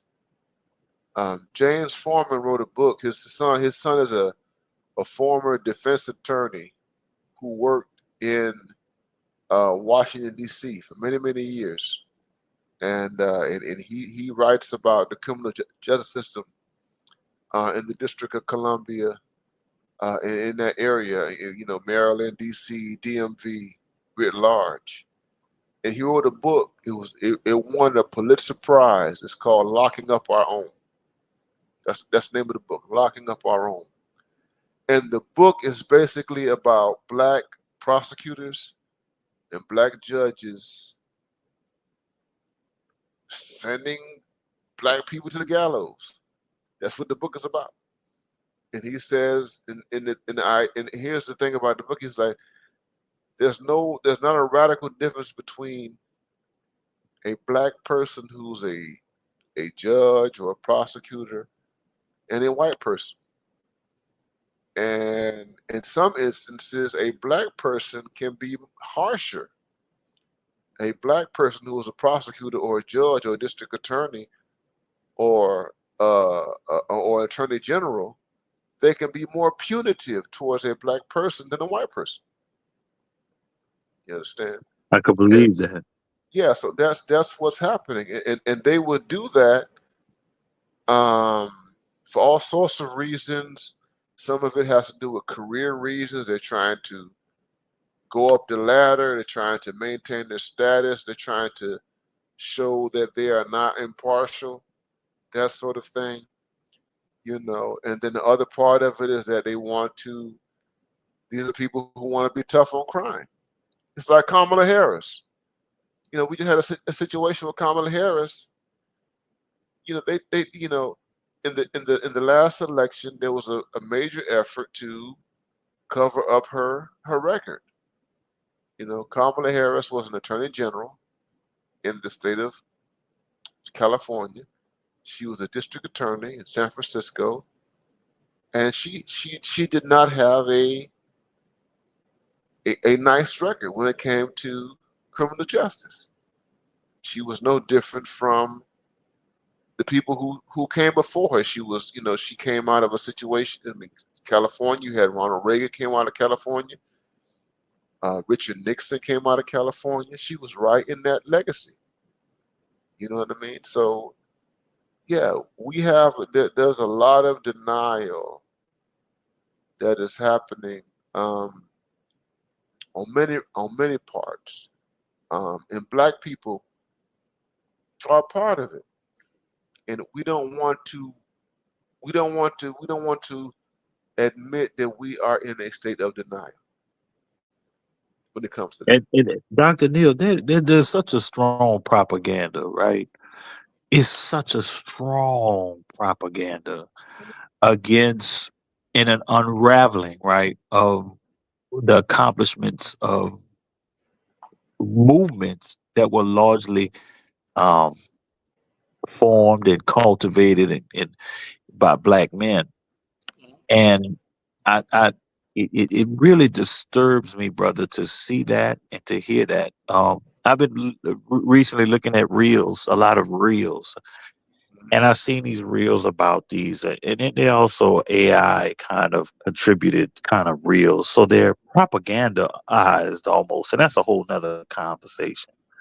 But they said they talk about these things called like these hidden figures, right? Uh-huh. And I have to ask myself, brother, and I know you can help me, doctor. Didn't the men that were on the forefront, these people weren't hidden figures. They were protected Hmm. from the onslaught, the visibility in these movements. Hmm. So yeah, it's posthumously look at these people and say, hey, this person did this person did that. But a lot of people did things quietly to keep from being attacked. But the narrative is that they were left out of the movement. Yeah. So thing was about is that yeah, they were left out, and um, you have to think about the times. You have to think about the times and what was happening during the times, and those stories. You had stories that could not be told. The hidden figure stuff. That stuff could not be told at that particular time. I mean, that's right. Like right now, we just got the Trump administration is releasing the files on JFK. Has released some. Well, it has released certain information about John F. Kennedy. They're releasing certain information about Martin Luther King Jr. Um, that was deliberate. At that particular time, there was a decision was made that we're not going to their files information that will not be made public until 50 years, 60 years, maybe 100 years after the events. The files on John F. Kennedy, it's like, I mean, we have a lot of stuff on JFK, but it's like there's stuff that we don't know about JFK that may never be revealed. You understand what I'm saying? And that's just the nature of the beast.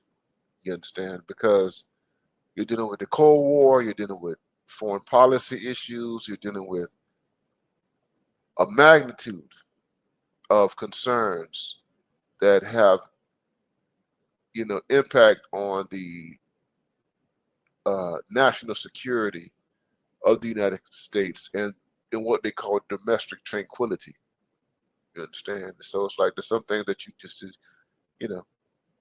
you'll never know. It's like with Trump, like now, like Trump is gonna spend 4 years in power, and there's stuff that you'll never know about this period of history. I'm gonna be dead by the time I'm gonna be dead and gone. When all the information, Me and or you when both, some of the brother. information, all of us here talking together, we're gonna be dead. Matter of fact, our children might be dead. I don't have any kids. But you get what I'm saying. Is that generations will be dead and gone before information is released. You understand? Right. That's just the way it is, man. You know what I mean? But Dr. L, man, I'm interested, man, in hearing, man, what do you think about, what has been said, and uh, you've talked about a traditional kind of black man and what have you. What do you think we are, man, in terms of, the culture? So here's the thing. So it's like there's a perspective that says that guys like you represent the 30%, or you represent the 20%. You represent a fraction of the black male population.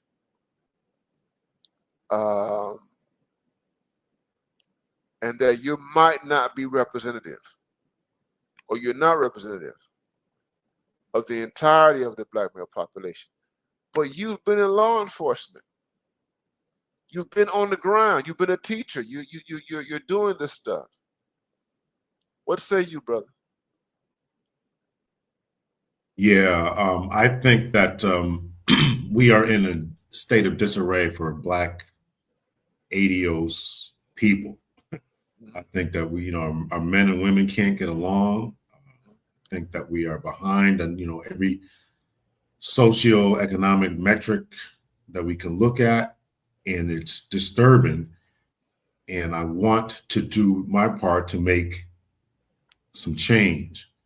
It's really, really disheartening to the place that we are. It's what else can I say? I mean, I was in these homes. I was and people who would say that I don't represent that. I think I'm as blue collar, and I think I'm just as hood as everyone else. Mm-hmm. I mean, I grew up in the inner city. My mother was a single mom of 2 boys, and yet she had to make it. But like you, I had a strong network of people in my church, et cetera, who helped me. And I think that we got to get our young boys to listen, to look at people like us who were there and who made it out. And we got a culture that celebrates, using the N-word, celebrates basketball above education, celebrates all the negatives in life. And what's really disturbing is that we don't control, from a financial perspective, any of the things that people like about us. Our music, our entertainment value, our basketball. We don't, coaching, team ownership, record labels. We got to get it together in order to really foster some type of change. And that's why I like your hashtags: Black male independence, Black male entrepreneurship. We gotta change the way that we think. We gotta change the way that we think. Now, I want to ask you another question. I'm gonna kind of shift this in a different direction. So you interviewed my colleague in arms. I saw your video. Matter of fact, I would say this. I commented. Dr. L, if you guys, shout out to BGS Itmore is in the house, man. I appreciate you, BGS, man. Y'all get the likes up, get the likes up, get the likes up. This is an open chat. This is an open chat. I did this because I want to talk to my brothers. I want to have an open conversation with my brothers about Black men's issues, Black men's concerns. This is the 21st century. We're in the Trump era. Let me just say this. We are in the Trump era, doggone it. And we are in another cataclysmic transformation in terms of American history. And we Black men have a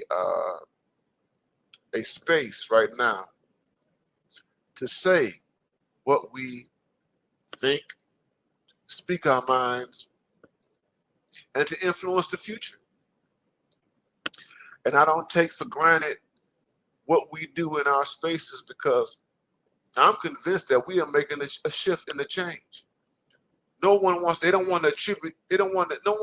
attribute our impact. So I mentioned this movie that's out of the UK called Adolescence.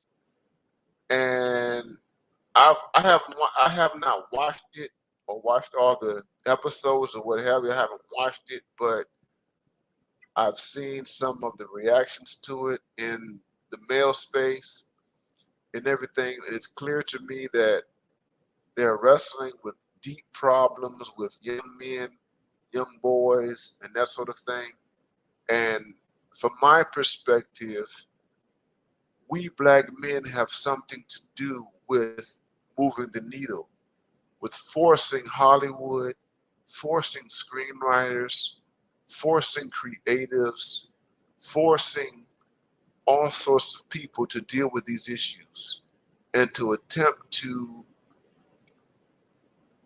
speak to them in ways that are not served well by the feminist, by the leftist, and these other people who have very, very bad ideas about men. You understand? But let me get back to what I was saying. I watched my colleague Diane Stewart. She wrote a book called Black Women, Black Love, that sort of thing. And I saw your interview with her. And I want to give you, to your credit, you posed some challenges to her that I felt were very, very important in terms of men and the role of men in terms of marriage and family formation and stuff like that. At any rate, man, if and you know, I'm not trying to put you on blast or anything like that. But you spoke to a top-notch scholar, Diane Stewart. I respect her. The woman that you had an interview with, I respect her. Okay, as I respect her so much that I devoted in my book, I devoted an entire chapter to her book. Okay, and I just want you, if you would, if you don't mind, and I'm not forcing you, or I'm not trying to force you to go there, what have you, man. But after having that conversation, man, what did you walk away with? That's a good question. I walked away with a different understanding of Diane Stewart in her work. I appreciated her coming on the show and talking, about the subject. I appreciated in the book at least 2 times she really went into detail about what happened to Black men and the emasculation problem that they suffered during slavery, Jim Crow, and then at the end of the civil rights or the beginning of the civil rights movement. Once all the laws were passed and women got welfare, et cetera, et cetera. And that, when we talk about this disrespect, going back to what we were talking about earlier, this disrespect that and men not in the homes, this was the plan, this was the intention all along. So to have Black men not as the patriarchs of their communities. I mean, this is not an accident. This is not something that we are inherently defective in. This is us. This was and is the plan. That's why a lot of times I don't take, quote unquote, the white conservatives seriously when they say that this is a patriarchal problem. If the Black men were just in the homes, well, who took them out the homes? You all did that. So I appreciated Diane Stewart at least addressing that. She is not one who likes the patriarchal system. I am not, and she mentioned a little bit about some of the issues, or some of the tribes, I should say, within traditional Africa.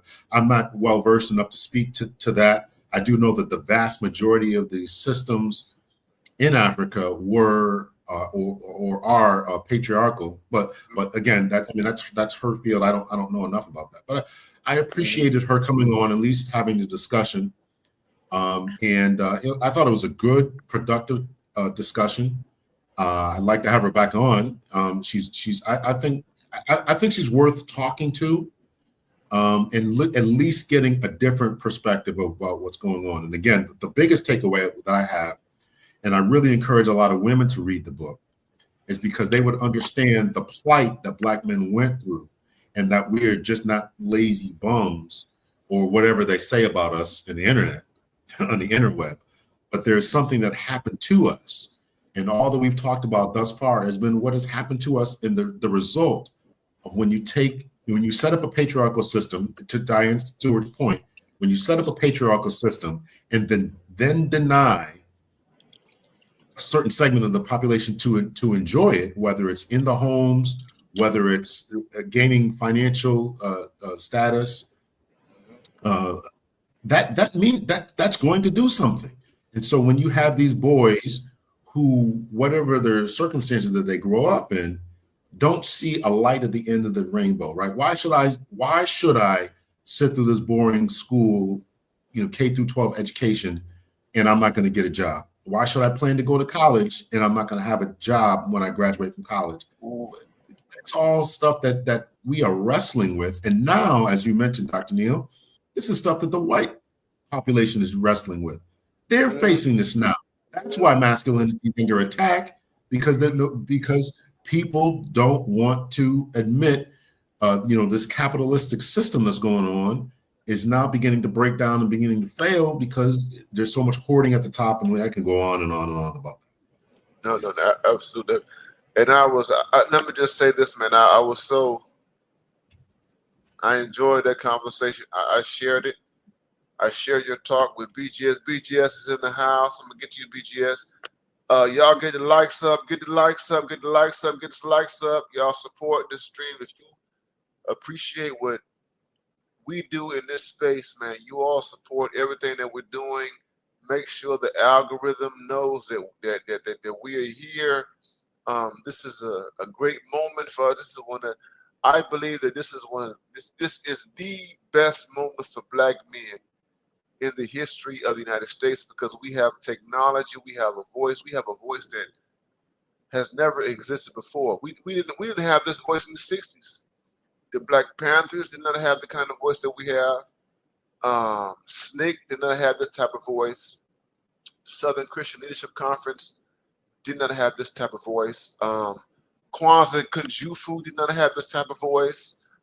Naeem Akbar, when he was writing his books, he did not have this type of voice. There were so many Black folks, and even Neely Fuller, who just passed, when he, wrote his, his code and talked about white supremacy, he did not have in his prime this type of voice. So we are in a very, very unique and exceptional moment, and Dr. L, I appreciate you, man. You talked about everything that was going on. I've got BGS Imore in the house, man. Man, BGS, I appreciate you, man. Because you've been doing this thing. You've been doing this thing on YouTube for 15, almost 20 years now, man.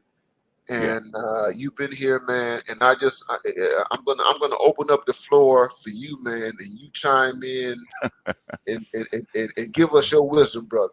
You started this independent Black political independent mess. You know that, right? You started that, right? I know. I'm sure they remind you all the time of who started this mess, right? But I didn't. But it didn't happen in the vacuum. You know what I mean? I was in the cut. Hey, BGS. Back in 2014, 2013, I was in the cut listening to all you guys. You know what I mean? I was listening to you, and I was listening later on to Obsidian, the Anger Man, and O'Shea, and everybody else. But I was listening, and I'm going to let me give a shit. The first time, let me say this: the first time I heard BGS, and it had to be maybe around somewhere in 2014, man. I was in Tennessee. And I was in Nashville, and I was hanging out with a female friend of mine, and I remember you were, I don't know what it was, but I was listening to one of your videos, and you were talking about it was real basic, and you were talking about Black women taking their kids to Chuck E. Cheese. And you were saying that you had these women who were more invested in Chuck E. Cheese, like entertainment. Yes. Black women entertaining their kids. Yes, they are. Than development. Yes, they are. This was back in 2014. Yeah. And I remember I was in Nashville, Tennessee. I was in my car. I was in a rental vehicle, and I was glued into YouTube. And I'm like, who this dude? Who this dude talking about this stuff right here? And I'm like, he basically saying these women are more invested in their children's entertainment than development. Than development, yeah. They are. And I had not heard anybody on YouTube, in other places say that. Oh, why God? Let's take the kids to Chuck E. Cheese. That's it. Chuck E. Cheese is all they need. Yeah. That's it. Chuck E. Cheese. Yeah, if they're happy, because Black women focus on the happiness first, right? They don't care about building. They really don't care about the infrastructure and things like that. All they care about is how they feel. If they feel happy, and they assume that their kids want to be happy, but that's Black women. Other women, even though they want their kids to feel happy and feel good, they know there's a pragmatic side to it. Mhm. That okay, what if this kid grows up, and what if this kid doesn't function in society? That's gonna uh, um, that's gonna be an asset to him, to society and himself. They don't think about it. It's just, that's why I was just talking to a brother, going back and forth with a couple of brothers, man, about they asked me what a simple solution to improve the black community over time, right? I said, simply for mothers, especially with the mothers that have these children, was just read or have their child read to them 30 minutes a day. 30 minutes a day. 30 minutes a day. And you can't imagine the amount of pushback that I got from that. Man, I said this when I was on my stream that Saturday. Mm-hmm. I was like, let me tell you something. I had a black male student. I'll never forget him. And Mm-hmm. I've had more students like this, but Mm-hmm. it was almost 10 years ago. And this guy, he was from Roanoke, Virginia. He didn't come from money, but his parents, he came from a two-parent household, conservative household. And his parents made sure that he had the basics: reading, writing, and science. Mm-hmm. And I had a black male student, and I'm teaching a white at the school that I continue to teach at right now. Yeah. He ran everything. He ran the class. Okay. This black male, and I was like, this kid, he could drop out. I had a black male in my class who was so adept. Oh, here's the thing. He had an opportunity to go to Morehouse College. He chose not to go to Morehouse College, and decided to come to the school where I teach at. Okay. And I'm like, this kid really don't need college. He was that He, smart, yeah, but he needs certification. but he needed Needs, the yeah. certification. The Mm-hmm. thing, the other thing is that the certification was a plus. Yes. But I was convinced. I'm being completely honest with you. I was convinced that he was so smart Mm-hmm. that he could have excelled even without a college degree. Oh yeah, yeah, yeah. And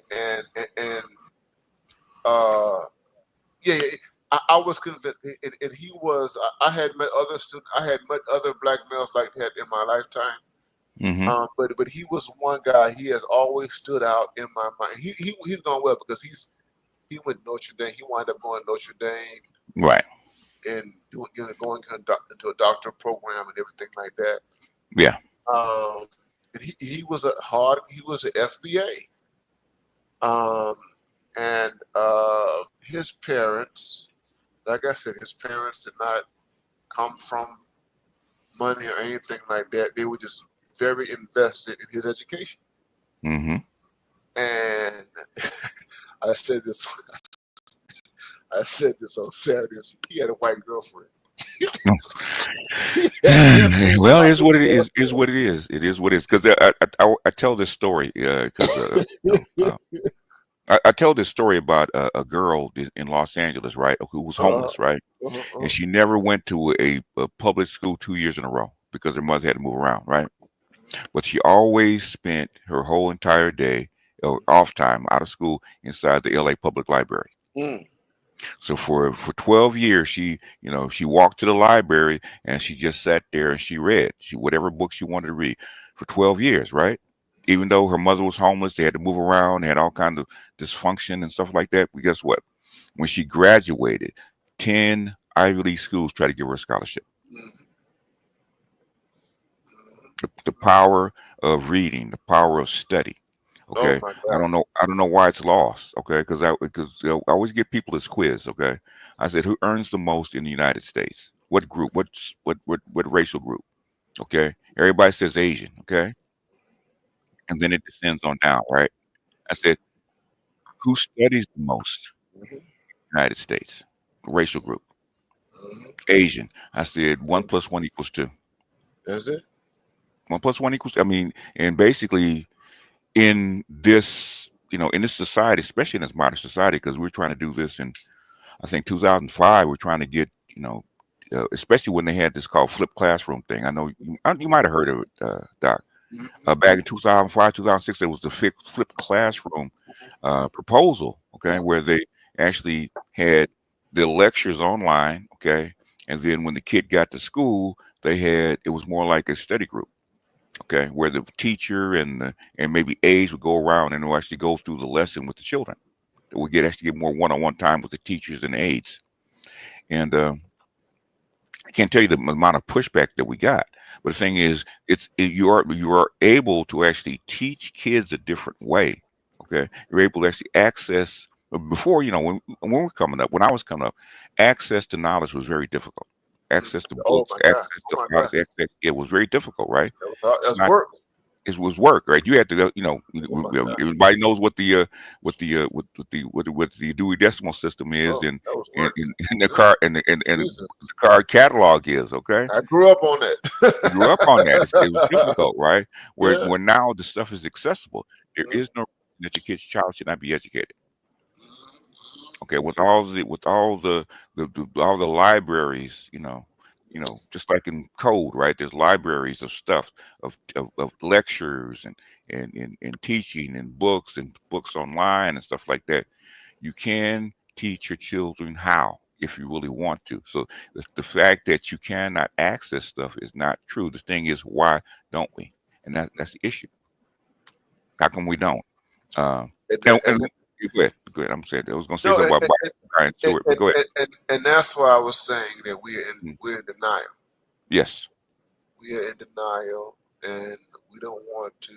When I say denial, it's at every level. It's at the highest levels.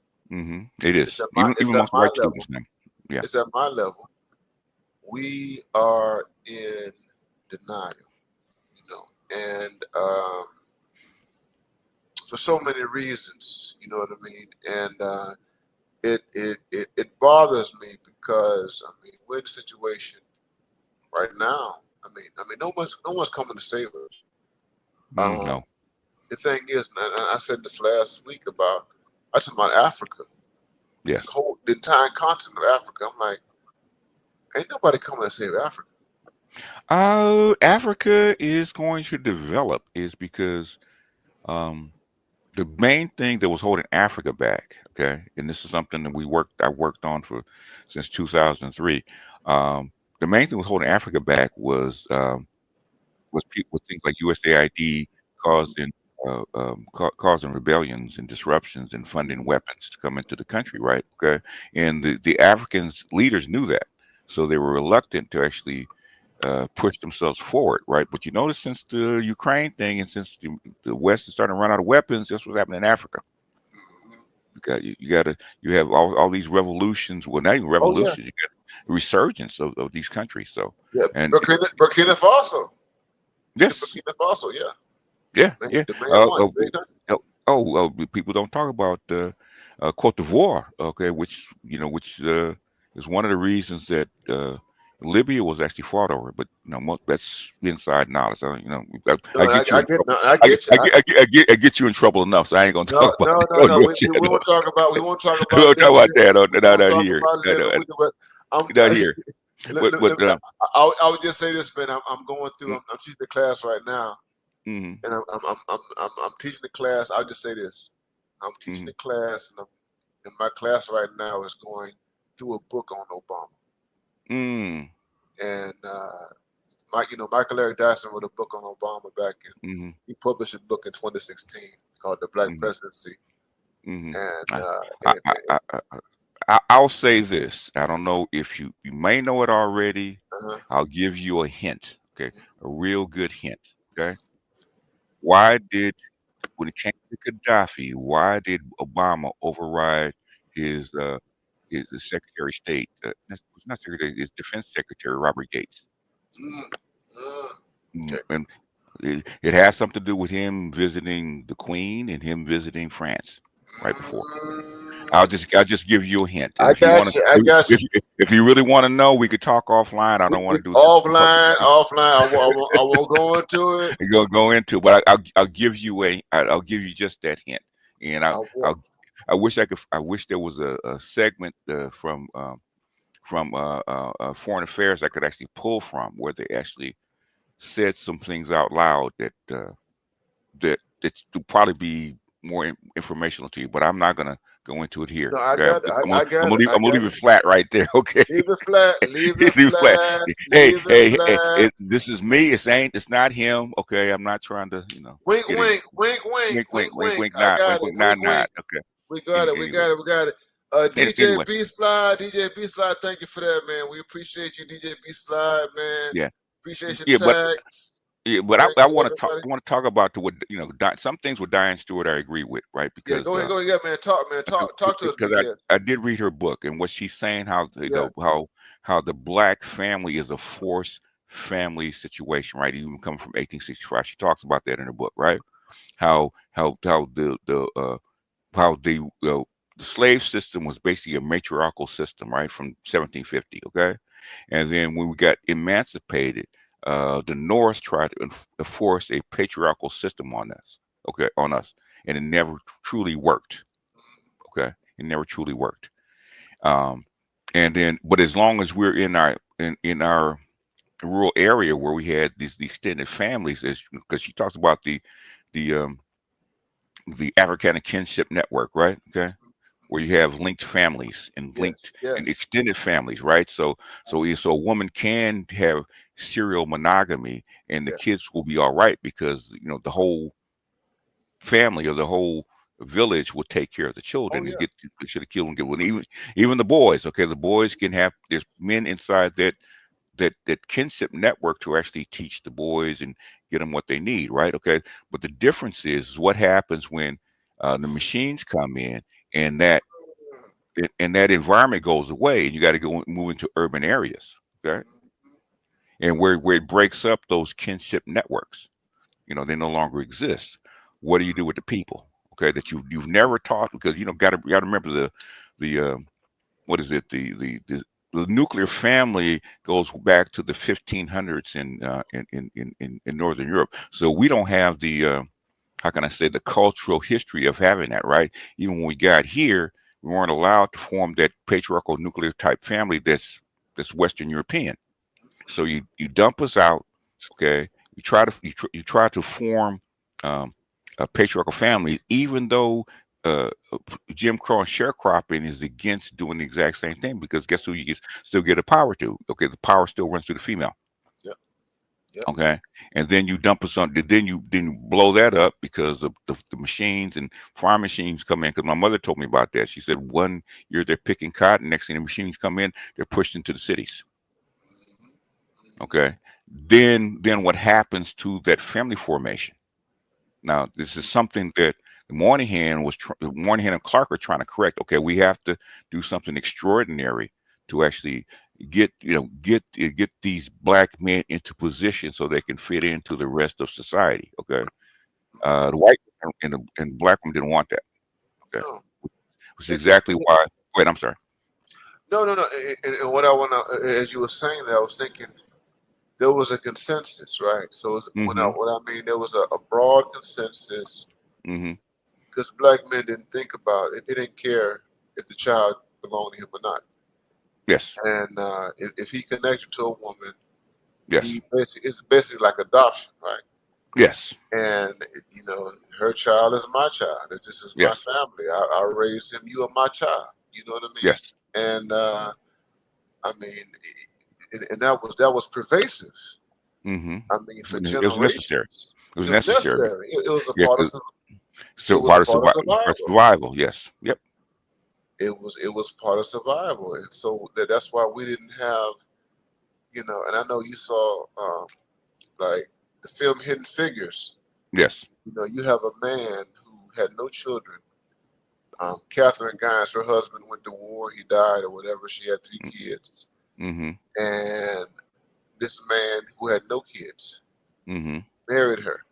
Yeah. You know what I mean? And he raised those raised. She had 3 girls, and he raised those children as though they were his own. Yes. And it was understood that I'm your daddy. Yes. And those girls, they were not biologically tied to him, but he was the father. Yes. Because there was no father around because he got killed in war. Yeah. You know what I mean? And so it was a pervasive thing. And that carried over a decade. It carried over. Yeah. You know, into my generation. Yeah, but it also made the black man replaceable. Okay. Yeah. So when the black woman could replace that man with the state, guess what she chose? Because the state is way more dependable. She chose the state. She chose the state. She chose the state, and that's what, if you read, Moynihan touched on it, right? But if you read, go back, and I don't know if you probably did. I know how you read the Kerner Commission, Commission, right? Yeah. They actually highlighted, and basically with studies over 30 cities, actually corroborated with what Moynihan was talking about. Okay, but the key factor was something that they won't talk about, and I had to find this out by accident, is the Pauli Murray, Eleanor Roosevelt tie to civil rights. Okay, they're the ones that put sex into civil rights. Okay, on purpose. And you heard the congresswoman said that she said that she used women instead of black men, but she meant black men. White women did not want black men to have rights that they didn't have. That's why they put sex into civil rights, and put sex into affirmative action. Okay, or equal opportunity. Go ahead. I'm sorry. Tell you something, man. You know who? Do you know who talks about this? I'm gonna tell you this. She's a millennial. Her name Brittany Cooper. Brittany Cooper talks about it? Yeah, in her dissertation. Oh, did she? She has a whole Brittany Cooper, who's at Rutgers right now, who's a millennial. Okay. She's a millennial. She's at Rutgers. She's never been married. She's in Louisiana. And she has a whole chapter on Pauli Murray. And in her it's her dissertation. Okay. And she got her dissertation published. And she talks about everything that you're talking about. And that Pauli Murray was the person who was principal in writing sex into civil rights legislation. Yes. Yeah. Her and Eleanor. And it's one of those. It's one of those. Here's the thing. It's like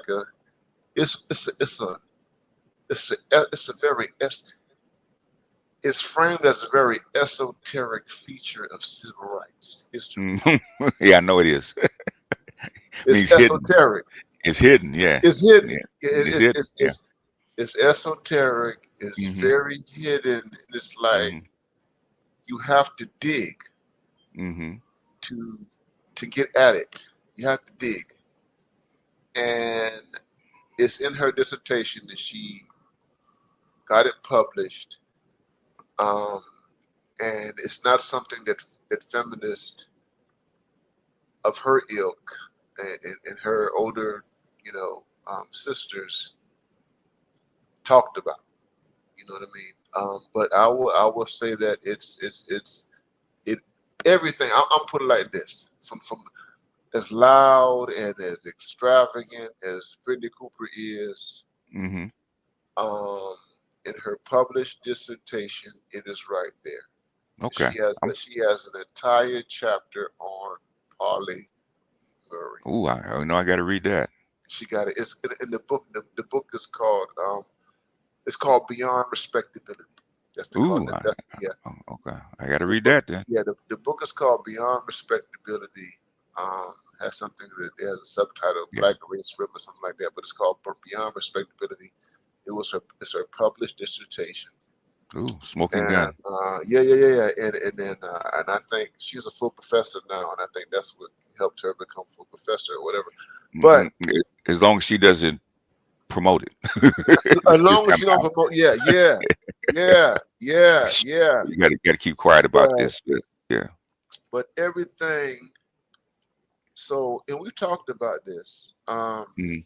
They know, Yeah. the women know, and they will never make it. They would never put it in the forefront. They would never talk about it publicly or make it any type of central feature of what they do. You know what I mean? So they're comfortable with the position of They're the comfortable with it. Yeah, yeah. okay. Because Okay. because at the end of the book, Yeah. in the final chapter of her book, she talks about black women being the natural leaders of black people. Yeah, what does Kevin say? You cannot make this up, huh? Yeah, yeah. So at the end, in the concluding part of the book, yes, she talks about black women. She's like, okay, black women had black men had their period. Black women must have their period of rule Mm-hmm. and Mm-hmm. dominance and everything. Mm-hmm. And she does this in her dissertation, which is a published book now. You know what I mean? And so it is in line with everything that you've said and what we understand here at our space, everything like that. Mm-hmm. Yeah. So I'm gonna not to put you on the spot. Why do they lie about it if this is the underlying um, sentiment, the underlying theory, and underlying thought about the black community? How come why do they lie about it? Because they don't want to be upfront Mm. about power, Mm. control. Okay. They don't want. You can't just come out and say that I want this power, or I want Mm. to be the top dog, or the HNIC. You know Mm. what I mean? And because when they do that, in some respects, that puts them in direct competition with white women. Mm. Yes, it Um, does. Yeah. yeah, in the white power structure. You know what I mean? And there's a dance that they have to do with white society. You know what I mean? Yeah, as they're doing right now with DEI. Yeah, I see the Yeah, dance that it's yeah. with the black There's a female dance. political are doing with the DEI, even though at least from our side we keep reiterating the same point. Okay, black people as a whole only get 4% of DEI. Why are we fighting for it? Why are we fighting for it? But what happens is that you do Mm-hmm. have some of them who are unhinged. Mm-hmm. So like and visibly like Jasmine Crockett, she's not no Crockett is not a thinker. She's not an intellectual. Okay. Um, but she kind of represents a kind of unhinged representation of that. That Mm. is that we're here, we've established ourselves, we black women, as a presence, as a perceived power in America, Mm-hmm. and we're going to double down on it. You know, and you see some of that with Fannie Willis Yes. Yeah. in Georgia. So the thing is that so you have a black female professional culture that has developed to such an extent where these women assume that they have parity with the white power structure Mm-hmm. based on the fact that they have been incorporated into the white power structure and that they can accuse the white power structure of racism or sexism um, for challenging them or what have you. You know, it's the Tiffany Henyards and all this kind of stuff. It's plain. So basically, it's the race and gender card which gives them an advantage. You know what I mean? And no white person. Here's the thing. So they're apart from the right, and the right. Here's the thing. The right has been very calculating in how they deal with them. But the right has been the only part of like political culture to kind of come out and point to their contradictions. But the right will not come out and say that, you all are full of shit. Okay. Yeah. So it's really, it's like, I will call it black female privilege. You know what I mean? Okay. It's like black female privilege. You're not a black male. You're a black female. You're a woman. All those sorts of things, and you get to taunt the establishment. You know what I mean? And you're kind of overplaying your hand. It's kind of like, well, the only analogy I can think about it is the LGBTQ. And what I've said about the LGBTQ is that, I mean, the LGBTQ, they were able to establish that, they should not be discriminated against, in jobs and education, stuff like that. And Yeah. then they went further. They went for like marriage, and then they kept pushing, right? And then the transgenders came out. And the transgenders are like, yeah, we gonna keep pushing this thing. You know what I mean? They opened the gate. The gays opened the gate, and I asked them back then. I think it was 2007. They were really pushing for gay marriage, right? I said, okay. I said, normal has a circle. Yeah. Inside is normal. Outside is what we call not normal, right? Okay. You want to be normal, okay? And if you come inside the normal circle, okay, who else wants to come in next? That's it. That's it. That's it. And then the other part of it is that there's and I said this in the last couple of streams, is that you cross the line when you start talking about social engineering. That is that when you talk about like education and teaching a new theory of human nature. That is that, okay, heterosexuality is something that we've made up, and it's not a real thing, or what have you. And we have these other categories. You could be non-binary, you could be transgender, you could be all these other things. So it's one thing. Here's the thing: it's one thing to tell a society that you don't want to be discriminated against. You don't want to be excluded from jobs, education, capitalism. But it's another thing altogether when you begin to dictate to the society, okay, what it is to be a human being.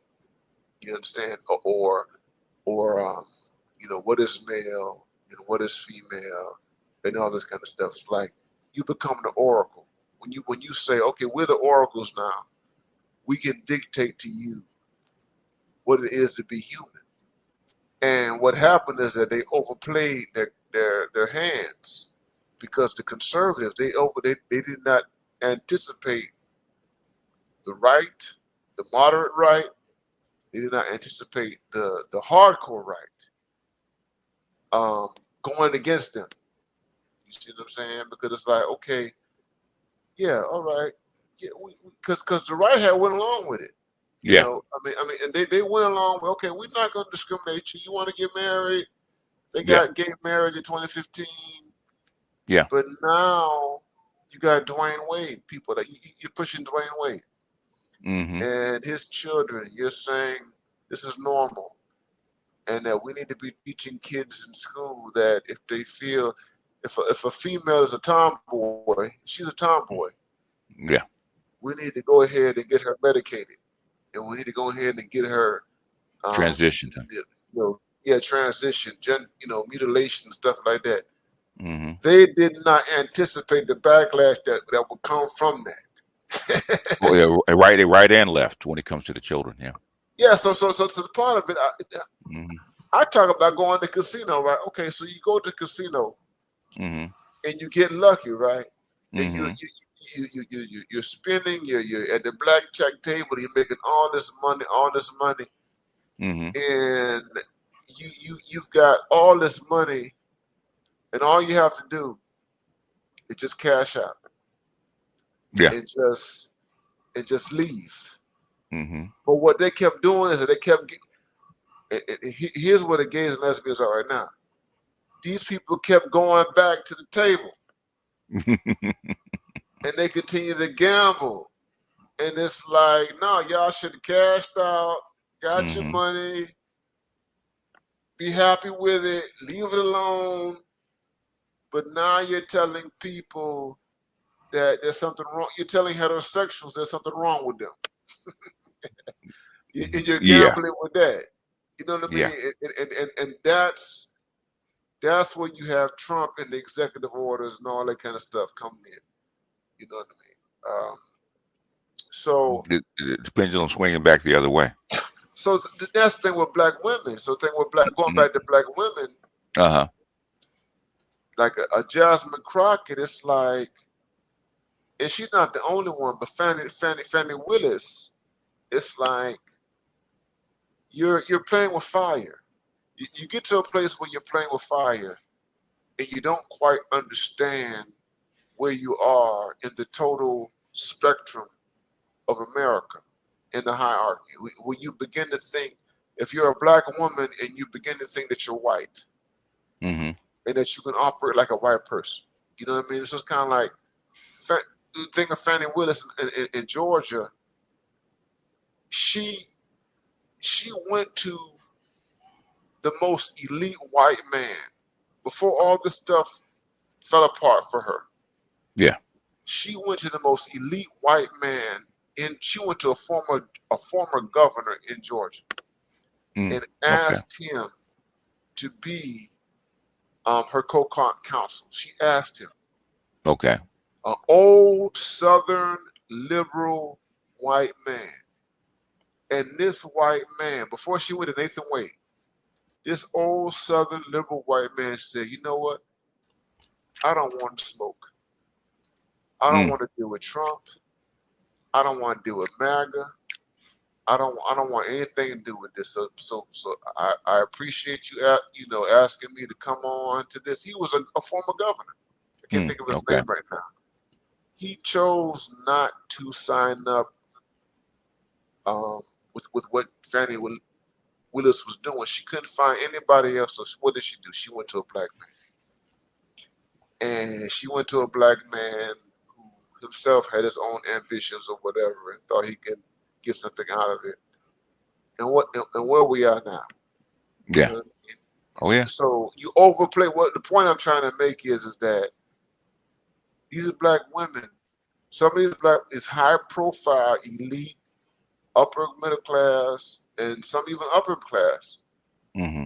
They're overplaying their hand because they have. It goes back to the myth of white womanhood. You think that you are white, Yes. that you're an honorary white person, Mm-hmm. but you're not. That's their holy grail, to be an honorary white woman. Yeah. To be honorary. Passport OG, man. Thank you, Passport OG, man, for that support, man. We appreciate you, my brother. We appreciate you. My brother D, man, you've been sitting in the cut, man. You want to say something? You want to hop in here, man? Holler at us, brother. You still there? He's probably listening in the background. He's probably busy. Yeah. He's still there, man. But yeah, man. Yeah, that's. I think that's what things are. Yeah, but they never expected these dusty Negroes from the bottom to raise such a ruckus. They never. They did not. And what's interesting about that is that well, you already know this, but it says a lot about how they have thought about us and how they think about us. Yes. How they think about us. And I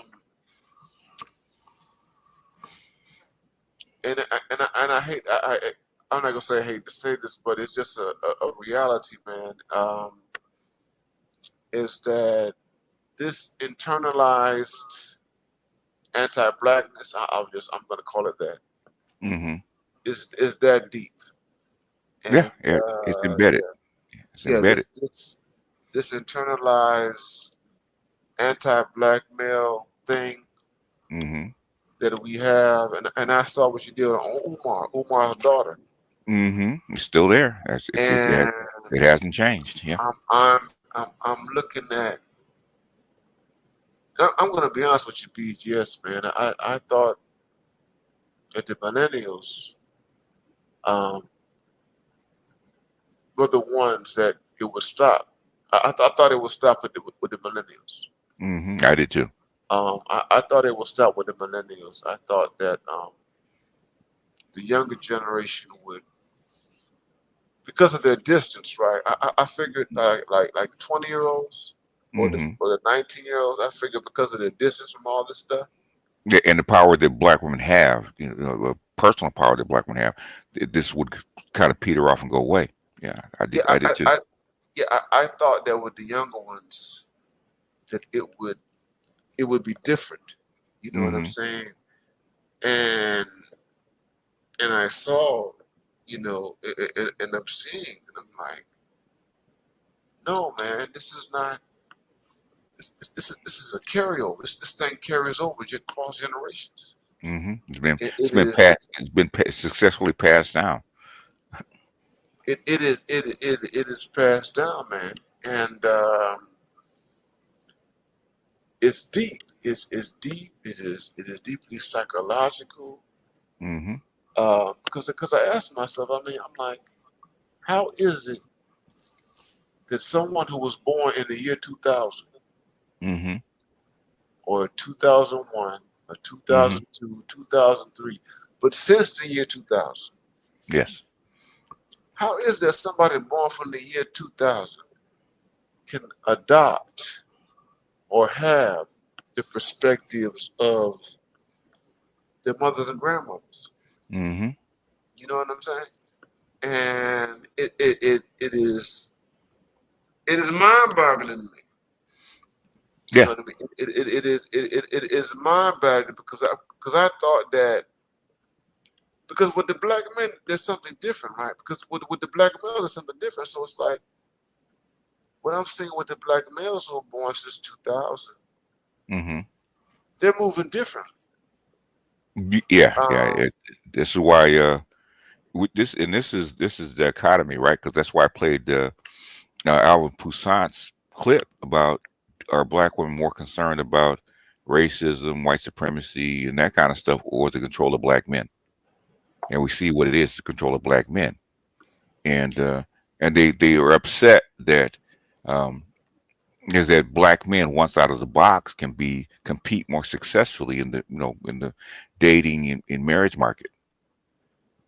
and that's the thing. So it's like so the young black men who have been born Hmm. 2000 and since then, Right, they seem to be freer.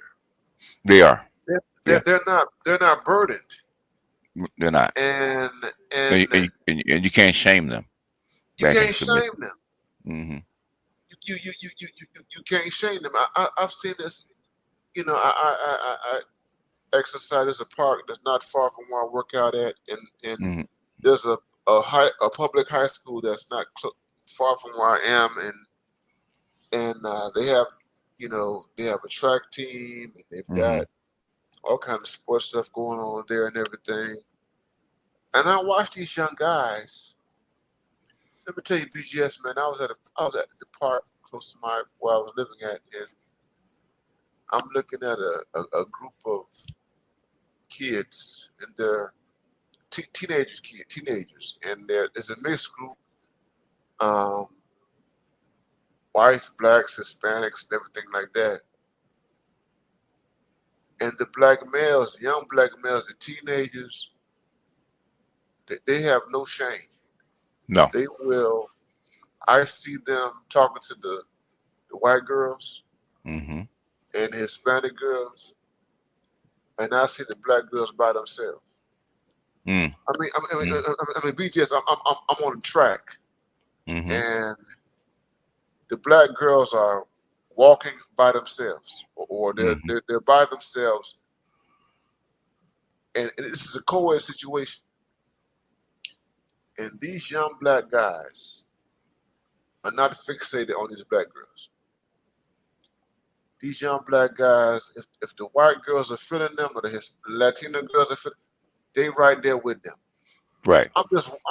It's just observation based on observation. Mm-hmm. You understand? And the black girls, it's like, these you see all this stuff on YouTube now. These black women complaining because they have all these out. They going out now, and the men ain't talking to them. Right. And I'm seeing this in real time with kids, Mm-hmm. like in a public place. These black males don't give a damn. The young boy, the guys 17, 16, 17, 18, 19, they don't care. No. And I'm seeing their black female counterparts, and they're by themselves. They're with other females. It's the same. They're in their little tribes. The black females are in their little tribes by themselves, and the black ones, particularly the black ones that you would think that they want. Mm-hmm. They are walking. They're with the white females, the Latina females. They don't care. It's like If you think about it, that's how matriarchies die, is when the males start leaving. yeah. How do you keep the males intact into a matriarchy, right? You have to give I've been saying that, I say to Sister Diane Stewart sometimes, right? Basically, what do you give the males to incentivize them to stay in this particular situation? Okay. If they don't have any power and they don't have any leverage, what do they get for staying? Because eventually, if they don't stay, your society will die. And this is not, and what these kids are doing, Mm-hmm. it ain't political. It's natural. No, it's not political. It's natural. Yeah. Yeah. Admixture It is ain't natural. political. Yeah. It ain't political. It's like if this one is not feeling me, Mm-hmm. I'm going to the one who is feeling me. Mm-hmm. You know what I'm saying? If this one's attracted to me, I'm gonna go to her. If this one gives me a sense of repulsion, I'm Mm-hmm. gonna walk away. Right. You understand what I'm saying? Mm-hmm. And these are young kids. I'm watching this. I'm doing late. It's late for me. It's like late anthropology. Mm-hmm. And I don't say anything because I'm out there, getting my, doing my exercise, stuff like that. And I'm like, this is natural. This is a natural, Mm-hmm. organic response. It has nothing. You can't just say this is social engineering or whatever. These black males are not up in the faces of these black females. If the other females are nice to them or Yeah. amenable to them, that's where they gravitate. Yeah. Black women have depended on the society to push black men back into the pocket. Mhm. Okay. That's what they depended on.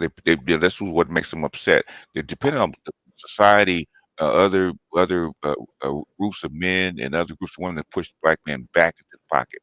They expect that the passport bros. I mean, you probably heard it, right? Where there are women that are actually paying other women outside of in other places actually talk bad against black men to push black men back into the culture. That's it. And I'm seeing on social media. I mean, you see these. It's interesting. So you see these negative stories about passport bros. Mm-hmm. These guys who have these bad interactions with women or whatever that wind up making social media and stuff like that. And you look at the comment section. Yeah. And the black women are commenting. They're so glad. It's like, yeah. Come back home, whatever. Yeah. And serves you right and all that kind of stuff. And it's like, this is not representative of what's going on. This is just, of course. I mean, this could happen with a black woman. You know what I mean? I mean, I go to Kenya. I go to any part of Africa I go to. Right. You got bad seeds there. You got 304s and what have you, and everything like that. But Right. they're not representative of the entire population and what it's experienced. I take the 304s over there than most black women over here, And though. that's what I was about to say. That's what I was about to say. That was the other part of it. The other part of it is that if I got to choose between a 304 in another country and a 304 here in America, I'm going with the other country. You know what I'm saying? And I'm gonna tell you, BGS as a one, and I'm getting ready to go back to Kenya and East Africa. Let me tell you something. There's a whole bunch of Kenya has a thick 304 country culture. they are, yeah, especially in Mombasa.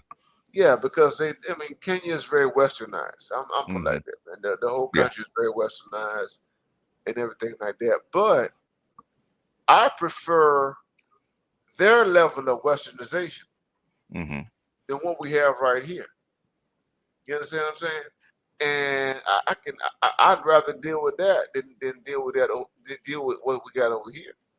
You know, a Kenya 304, man, that ain't nothing compared to an American 304. You know They still have a level of innocence there. You know, it's level innocent. Let me tell you something. Like a guy in my position, an American 304 can fuck up everything I'm doing. Yeah, that's true. You understand what I'm saying? I mean, an American 304 can destroy a person's reputation, career, all that kind of stuff. A Kenyan 304, she can't do all that. You understand what I'm saying? Because there's no support system over there for 304. No, there is not. No, there is not. there's no governmental apparatus that or corporate apparatus that says that everybody needs to be with 304. You know what I mean, or to protect the 304. You know what I'm saying? They don't protect the 304. When you leave the country, those 304s have to fend for themselves. They do. They ain't got no safety nets. They ain't got nothing. Nope. You understand what I'm saying? And so, yeah, of course, a smart man, is going to choose, the 304 outside of America. I saw a video. You probably saw this, man. The guy in Thailand. Yeah. This video circulating this guy in Thailand and all that. People talking about he's in Thailand. This woman was trying to stab him with a knife or whatever. Okay. And it's a video. Apparently, it was caught up in one of the hotels or whatever and stuff like that. It's like, oh, that's the reason why you shouldn't go to Thailand. You shouldn't go to Thailand because, this woman, she tried to take advantage of you and stuff like that. I'm like, are you serious? I mean, they had was it during the Super Bowl, right? There was a couple of 304s that actually murked a couple of their clients. So it's in New Orleans. In New Orleans, just happened. Just happened, yeah. It just happened. Not black men, Latino men. Latino men, yes. The guy was he was Latino and stuff like that. You know what I mean? And so, nah, they can't compete, man. And so that's what it is, man. But listen, guys, I've been up here. I appreciate you, man, BGS, man. For coming please donate to your scholar. I mean, I'll tell you this, okay? There wouldn't be no black male political independence without this man right here. Okay, I'm gonna tell you that because he took a bold step. He stuck his neck out, and that's why you have the ice cube effect. And that's how come he had this. What went on with 2022 with Stacey Abrams in Georgia. That's why you had Obama trying to come down to talk to black men in 2024. That's how we have Trump backstopping black men as we speak. Okay, because of this man right here. Okay. We're making it. Yeah. We made it happen. Our voices are here. You're here. Yes. Yeah, Detro 0861. Appreciate you, man. Thank you for that contribution, man. We appreciate you. We appreciate you. Yeah. I thank you, BGS, always, man. And like I said, I wanted, and let me say this: I Yeah. came on here, BGS. You inspired me, man. And Yeah. and I was like, I'm glad you came, man. I Because know, man, you made it. Thing is, I know you're humble, man. You and Dr. T made a big difference, man. Not just inside this space, but also outside the space. Okay. Without you guys, it could never been done. We could have never taken the next step. So, man, you know, we had to go there, and you know, I know you do your AMAs, ask me hmm anything, hmm and I, you know, I will be remiss, you know, if I did saying that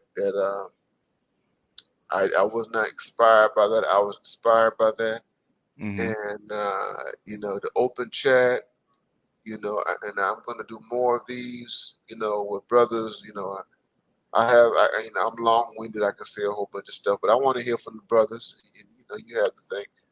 You hear from the brothers and talk freely and stuff like that. You put some stuff out there that get us something to think about and what have you, and then you open the things up. Pookie Kamal, man, thank you, man. Thank you, man. Marvelous stuff. Appreciate you, my brother. Pookie Kamal in the house. We appreciate you, my brother.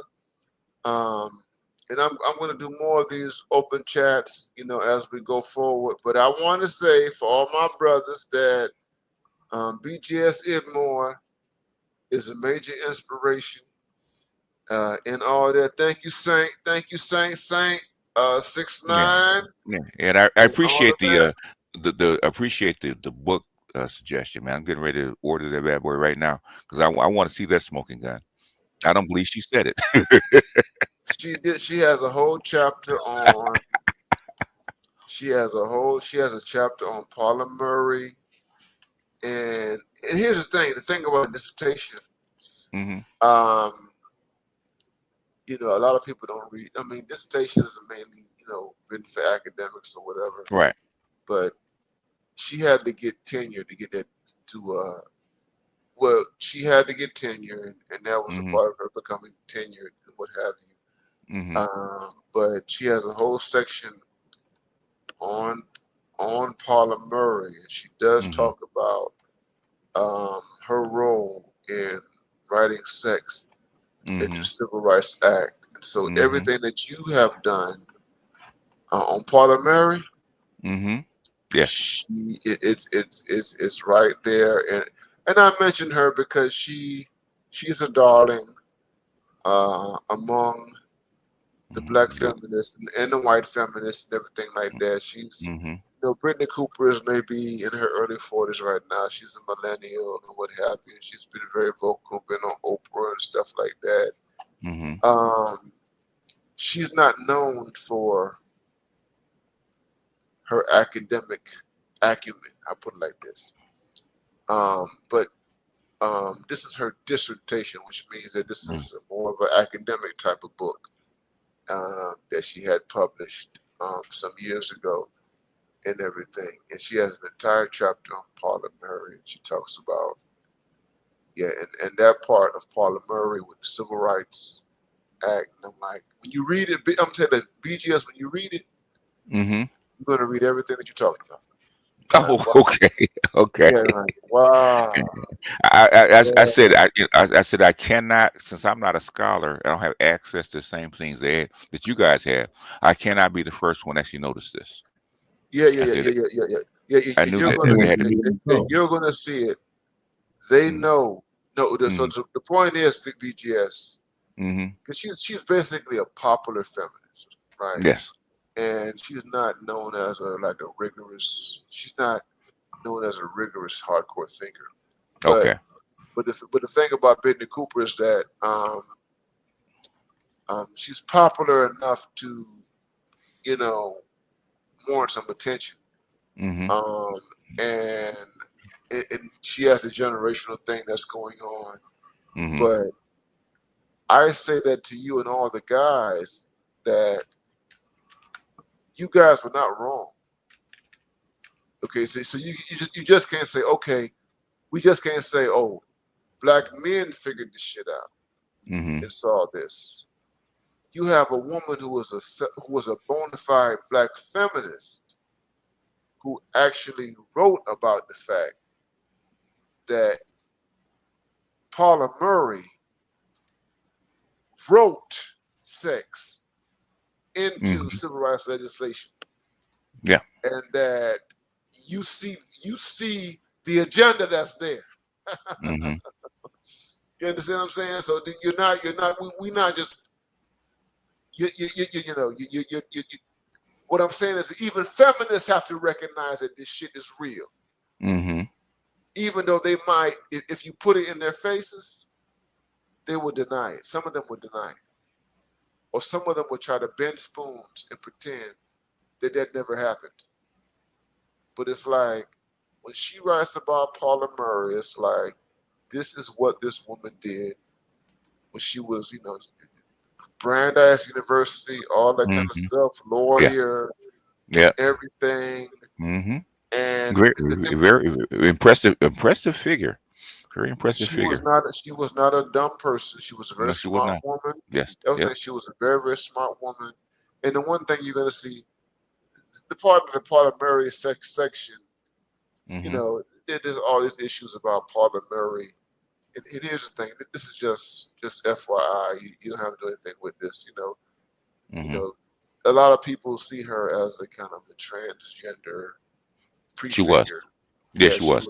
she was Yeah. someone who she anticipated transgenderism. Yes. Yeah. And so that's what she writes in the book. That she Yeah. anticipated. She's the mother of what he called intersectional feminism and queer women and stuff like that. She's like the forerunner of that She's feminist the kind of forerunner. thought. Yeah. Yes. Yeah. And here's the last thing. And so Mm-hmm. I look at her. I mean, BGS. Do you know Mm-hmm. how that there were so few black people who were among the power elite Yeah. at that time? Yeah. Exactly. Yep. She was a part of the power elite. She was. I mean, yeah, She, I read her biography. I can count at least 7 times where Eleanor Roosevelt actually, from her office, actually rescued her from a plight, personally. So she was a that's part. how much power she was. How much power she had. Go ahead. This was a woman who was a part of the power elite. Mm-hmm. So when people say, "Oh, black women are so oppressed and marginalized," and blah blah blah blah blah, blah, and I'm like, this woman was in the inner sanctums of white Mm-hmm. supremacy society. Yeah. There would have been no national organization with women without her and Eleanor Roosevelt. They founded that whole milieu of second wave feminism was founded by her and Eleanor Roosevelt, and that's what they don't want people to find out. Yeah, because they wanted to think that every black woman Mm-hmm. in that era was like a Mm-hmm. Fanduel Hamer. No. See, Yeah. or at the better they were like a sharecropper woman and stuff like that. You know what I'm saying? Mm-hmm. And that definitely was not the case with her. You know what I mean? She had entree into the white power elite. You Yeah. know what I mean? Yeah. And the other woman, there was Hansberry, Lorraine No. Hansberry. Okay. Lorraine Hansberry. Yeah. With Snick. Yeah. Yeah, she was Yes. another one. You know Mm-hmm. what I mean? And so they tried to propagate this mythology Mm-hmm. that black women were not like involved in this stuff until like after 1970. You know what Oh, I mean? yeah. Yes. Yeah. It's a lie. It was just far from the truth. Yes. It's far from the truth. Anyway, thank you, man. All right. Appreciate All you, right. man. Appreciate you, Doc, for doing this, man. Because I know, Oh yeah, I know you have to dodge some slings and arrows to do this. So, and oh people yeah, don't yeah, oh realize, yeah. that Yeah. They this, don't want this. They don't want us out here, man. But yeah, I mean, I hopefully Trump can ease some of that pressure off of you. So. yeah, he has. I ain't gonna lie. I've heard that, man, Uh, from other circles let me tell you something. Let me tell uh-huh. you something. Trump. That's why I sign the way I do. You know what I mean? Because Mhm. because Trump has lifted a heavy burden. I, I'll I, just put it like that. okay. Trump, Appreciate you having me up. I appreciate it. Hey, I appreciate you, man. Keep doing your good work, man. That was like I yeah, said, that man. was. Appreciate you too, man. I Yeah, don't know what you must be the feminist whisperer, man, because they come to you. Okay. they come to you. They DL, come to you, man, and you do actually good work, man. Actually, bringing this stuff out, because a lot of stuff that they probably wouldn't say, they do say to you. I'm And trying. what's your name? What's her name? Chris. What's her name? Right? Yeah, yeah. She was. Yeah, she had to talk a lot more than she probably would have about. Yeah, she Yeah, got stumped a little bit, but I appreciate her coming up. yeah, yeah. Dr. So L, we Dr. L, appreciate you. Dr. L, man, I appreciate you. Now, that's why I was so glad that you were here, man, because Mm. I've seen your interviews and I see your work and everything like that. They'll never, Dr. L, listen to me, man. They would never talk to me. I'm just gonna be Yeah, honest with you, yeah. brother. Well, Let me tell you, he's got that father's voice, man, that kind of soothes him a little bit. So, Dr. L, the black women academics who you have been talking to, mm-hmm. they will never talk to me, brother. I'm just gonna be honest with you, man. They would never, ever talk to me. You know what I mean? And that's fine. I'm okay with it. I don't feel any kind of way with it. But if they can talk to a black man like you, if they can Mm-hmm. talk to a black man who stand 10 toes down and is not going to be like pandering and simping or whatever, who has a mind of his own, I'm happy. You understand? And Dr. Stewart, we cool. She and I are cool. We've had conversations. I'm gonna leave it at that. Mm-hmm. And I respect her. I respect. Let me say, I respect the. I respect. I've never talked to Dr. Chris, but Dr. Stewart, I respect her. You understand? And I wanted to be made clear. I respect her, and even though I disagree with her on so many fronts, I wrote an entire chapter in my book that responded to her stuff. You Mm-hmm. understand? Um, we cool. We are cool. But if it takes another black man like you to be able to talk to them for whatever reason, maybe I'm too unhinged or whatever. I'm just that Negro that they just never want to deal with in their lives. That's fine. You know what I'm saying? Um, it's fine, man. But I appreciate you, man. You guys sign up to Dr. L and subscribe to his channel and look at his work, man. I appreciate you, brother, for being here, man. And I hope that this is not the last time that I see you, because I'm going to keep on doing this. And as BGS, said, yeah, Trump done freed me up. I ain't gonna lie. Hey, he got ease a little pain, ease a little pain. Trump. I ain't crying about no Trump now. I'm not crying about Trump and JD and the rest of them Mm-hmm. in Mm-hmm. terms of academic freedom Mm-hmm. and free speech and all that. Yes, I'm gonna be honest to all you guys. You listening?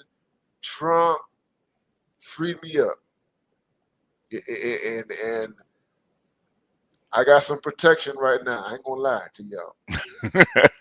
Based on Trump, I got some protection right now that I have never had in my life. Okay, Okay. and so that's a good thing. You know what I mean? Not to say that I'm a stand and everything. I didn't vote for Kamala, but I took a gamble. My gamble paid off. Mm-hmm. It is what it is. Anyway, thank you, BGS. Thank you, All Dr. right, L. Doc. Man. All right, Doc. You have a good night. You all have a good night, man. Appreciate you guys. Peace out. And y'all listening, please hit the like button, and please, if you got $1 or $2, please donate to the good doctor. Okay. Basically, I think it was. What is your Cash App? Cash App, $ BMI 3000. Cash App, $ BMI 3000. Cash App, $ Yeah. BMI 3000. Yeah. We have to we have to basically keep. We have to, as long as we can, we have to keep our scholars here, like Dr. L and Dr. Neil. Okay, and a Keep us few going. coins here and there will kind of grease the skids a little bit. That's to keep them here a little longer. Okay, Keep us that going. does help. Keep us going. Keep going. Keep them going. Okay. Yes, All right, sir. good folks. All right, man. All right, Thank you, all right, man. peace out. Appreciate you. Peace out.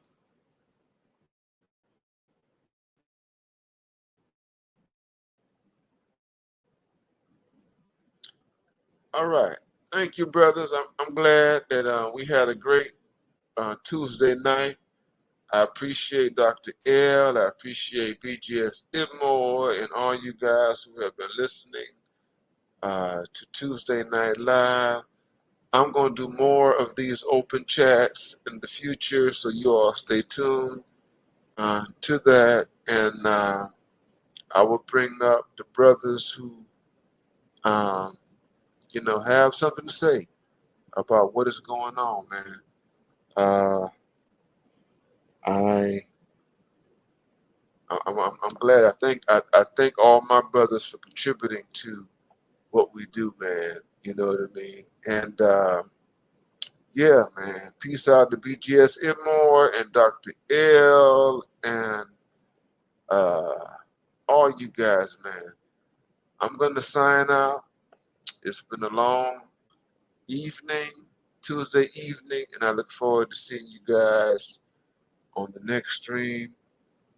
Uh, you guys take care. Passport OG. Peace to you, my brother. Peace to you, peace to you, peace to you, peace to you, man. And I am out of here. I am BMI 3000 Reloaded, also known as the Mad Professor. I'm out of here, baby. See you soon, guys.